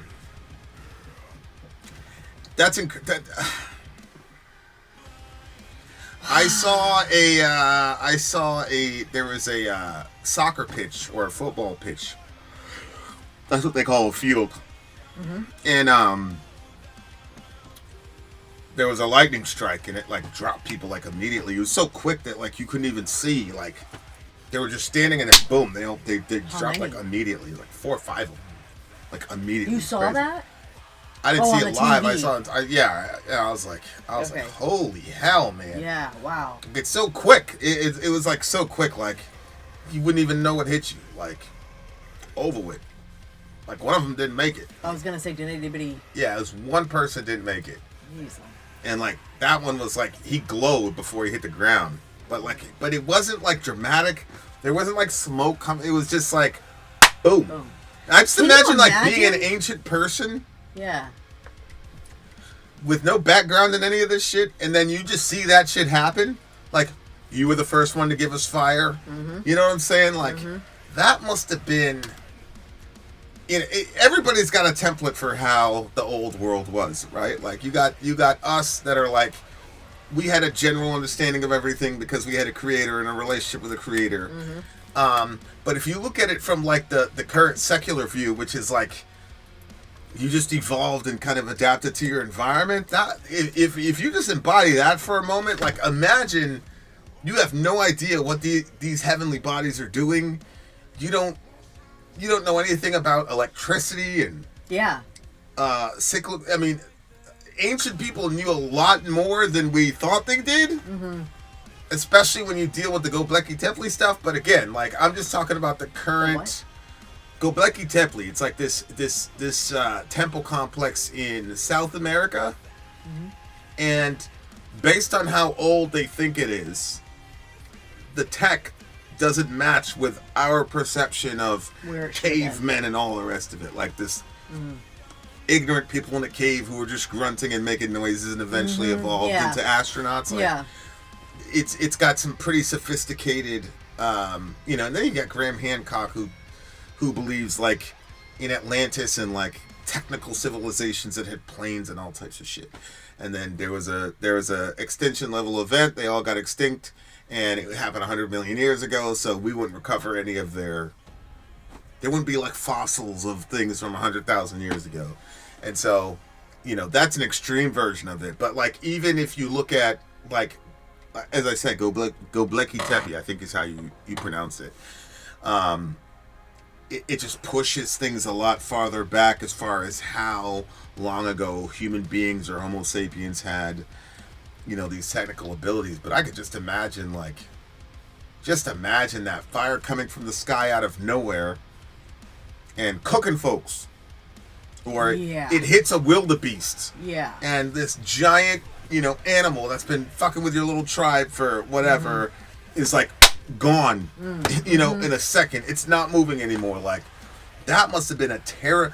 I understand why pretty much every ancient religion had a thunder and lightning god, a god of thunder and lightning, because on the one hand, visually, lightning would be terrifying, and then sonically, thunder would just be. It'd be too much, right? Like, what is it? Thor is hitting his hammer, the sound is the thunder, and then the flashes are the lightning, like. I understand. You understand why, especially too. Those are gods. Like, we're in a building and we hear it and it's loud for us inside the building. But imagine living under it in like a tent. How much louder, how much more scary that's going to be. And like you said, like seeing, especially if you consider the creation narrative and you say, okay, these people were in a perfect garden where nothing was amiss.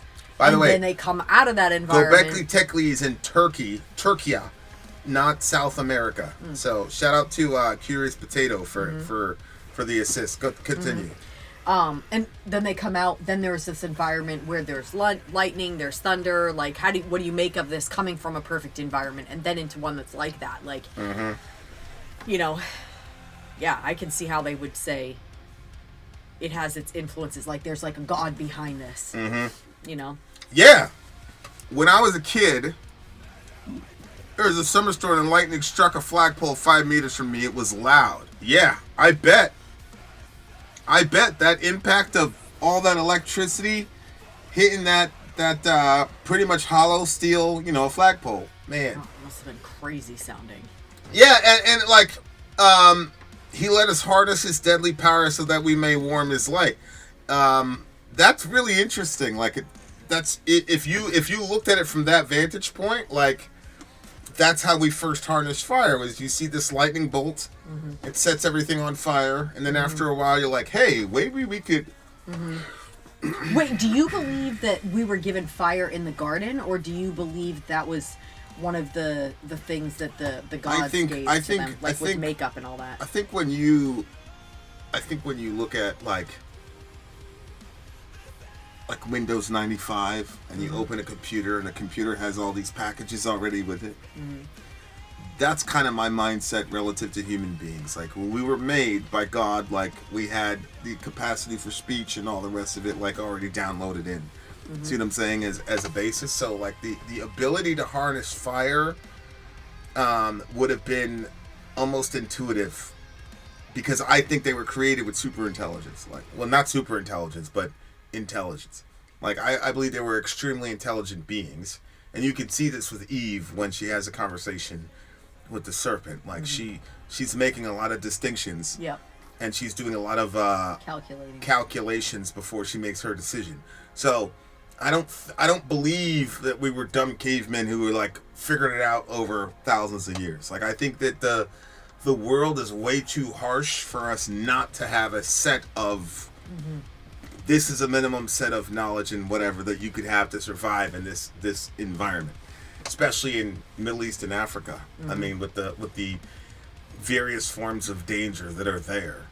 I mean, good night. I mean, there's certain places where, like, in America, we've cleared out, like, you know, we don't have to fight snakes and all this, you know, where we live, and alligators and things like that. Like, you have an entire undomesticated area. I just think that there are some minimums that you have to have in order to survive. And so, yeah, like the harnessing of fire, I think, is something that we could have intuited very well with the intelligence that God gave us. But I still think it's the temptation to worship those things. I completely understand. You know what I'm saying? And like, it's interesting watching like what's going on right now with these. The temptation to worshiping fire, lightning. You mean? Yeah. And the you know, what's his face? Those Eastern Orthodox guys that we were talking about. They're like, there's an angel that covers everything. So like, there's an angel of fire. There's an angel of you know, whatever.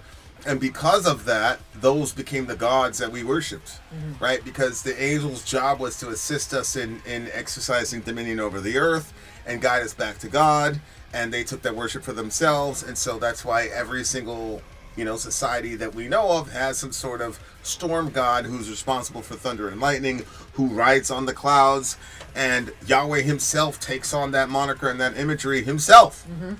That he rides on the clouds and things like that. The difference with the Old Testament religion over and against the ancient pagan religions was that they were saying that the ultimate God rode on the clouds, in the sense that not only was he the God of thunder and rain and lightning, he was the God of everything, right? Whereas Baal is specifically limited to thunder and lightning and things like that, which was obviously very important to those people, but it wasn't like the sun god or whatever. What the Hebrews were claiming is that their God rode also on clouds and things like that in some sort of humanoid form, but he was also the God of the sun, he was also God of the earth and things like that, and that was like... That's what set it That apart. was a very unique claim. That was a very, very unique claim. Hunter, if lightning hits you a few feet from... it is fairly loud, but also crazy sensation of lethal force, as the song says. I think like every human being has that moment when they come face to face with nature and you feel your smallness. Like I remember being a little kid in the beach at one point. My mom would always say, don't go overboard, you know, like stop taking and I went as far as I could, and this wave came and hit me. And like, of course, when you're a kid, you're like, I want the biggest wave possible. So I'm in the middle of this biggest wave possible. And then it crashes, and then like it spins you around like you're in a washing machine. And I didn't know where was up or where was down. So I'm swimming, and I thought I was going up, but I couldn't like get to where the water was, and I'm getting thrown all around. And I was like, you never think you're gonna die when you're a kid, you know what I'm saying? I'm like, how am I gonna get out of here? And then like, eventually, I just randomly like put my head out and I was breathing. But after that, I was like, I came to an understanding like, yo, this thing is way bigger than me. And like when it said like, we don't fear, but we respect it. Like it was like that. Like I didn't leave the water. Like I kept going, but like I had a different, I had a different kind of respect for the waves, you know?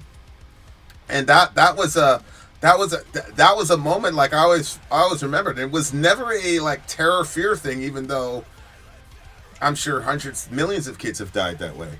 But like, it was just like like you're not as, and for some reason I had one of the worst headaches in my life after that day. So that was probably like the way that God got me out of the water. Like I had a splitting headache after that, and it lasted for the entire day. It was horrible. Those are I remember 3 things from that day. I'll tell you the other one offline. But yeah, That's interesting. That's another one. And earthquakes. I bet you anything. Yeah, can you imagine? Can you imagine like being an ancient person and feeling an earthquake for the first time? Yeah. Especially considering they don't have Richter scales and things like that, so your animals are acting all weird and shit, and then all of a sudden, like the earth is moving underneath you, like As Hunter said, like, I've never experienced an earthquake. And Middle's like, you just want it to stop. I bet. I was watching an earthquake with a bunch of nurses, and they had like 10 babies there that were in those little beds after they're born. Oh my God, yeah. And they were just like, those little carts were rolling everywhere, and they were just trying to hold them together without bouncing them, and just this earthquake just kept going and going. I was like, oh my God. I didn't even finish watching the video because it was so stressful trying to watch them hold all those babies. I was How like, long do those last? I don't know. This one was going on way too long. Yeah, like that's like I don't know if there must be like an average amount. Like, we know when thunder starts, it's gonna go about like this long. But I'll tell you, even just being here in Florida during like Hurricane Milton, and like when the storm was like really happening, I was like, man, Beef, you were stuck out in 10 to like 30 this? seconds. My God. Oh, this one looked like it was going longer than that. Well, those are like typical. Yeah. You know. Yeah, Hurricane Milton was crazy for you because of what was going on. Well, I've never been in anything like that before. Yeah. So, you know, being that you were saying, you know, everything was good, we were cool, you know, but it was like when you're watching the wind and the rain coming down hard like that, and all of a sudden you realize, like, okay, like if we have to, I don't know what the car would do in this or that situation. You know what I mean? Like, it's just crazy. But like thinking these people lived in an environment where there was no like real shelter, like in the middle of all of this. You know? Like, oh my gosh. Yeah. My oldest son is obsessed with volcanoes. I didn't even know Archero had a son. You can easily name dozens of them off the top of his head. Yeah, man, that's another one. What was it? What was that big one? Was it in Greece or Rome or something like that? Pompeii. Yeah. I watching documentaries about Pompeii is crazy because you got people that are like frozen in place together and all that shit, which is kind of weird, you know. But like when they do the reenactments, it's like you have a couple that's like, well, you know, like, yeah, you know what I'm saying? Like, it's over with, might as well. You know, it's just like in Titanic in the disaster movie. They always have the old couple that's like, well, might as well die together. Yeah. Like, oh man, that's crazy. That's just crazy to think about. Like,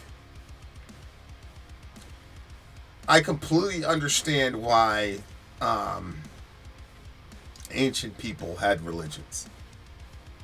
But like when you look at like what's going on right now, and it's like, okay, so we've replaced religion with scientism, and it's like, I was watching one of these home videos, and it was a pretty sizable drone was over this guy's house, and he was absolutely terrified. And it was crazy because it was like, it was a realist one I saw because the wife was also terrified, but the wife was basically saying, I need you to calm down so that we can hold the phone steady while we're looking at this thing. But the thing was like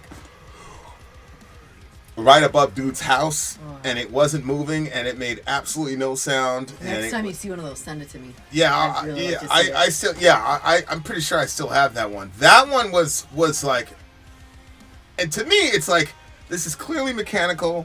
This was obviously made by somebody. I haven't seen anything with the drone thing that's like, oh, this has to be extraterrestrial or whatever. But the fact that they're completely silent, I think, is what's really fucking with people. When you have something that huge that's just staying in the air and not doing anything, and the lights are there so they clearly want to be seen. There's this one guy that said he sent his drone up to go chase the thing, and then the drone shut down immediately and fell to the ground. Yep. There's another guy, it was actually a senator or something, where he said they sent a plane up there, and as soon as they sent the plane up there, the drone disappeared. That still doesn't tell me that it's like extraterrestrial or extra dimensional or whatever, or ultra terrestrial or paleo terrestrial, whatever you want to say. But to me, it's like that one, the drone thing to me has like an obvious like obviously this was crafted by somebody. But I just think it's the unfamiliarity. Like, we're used to things in the sky, but they make noises and they follow a certain trajectory. I think seeing something that, and it was pretty sizable over this guy's house. It wasn't like a regular small little drone. People were saying like SUV size. It was like that. It was big. Really?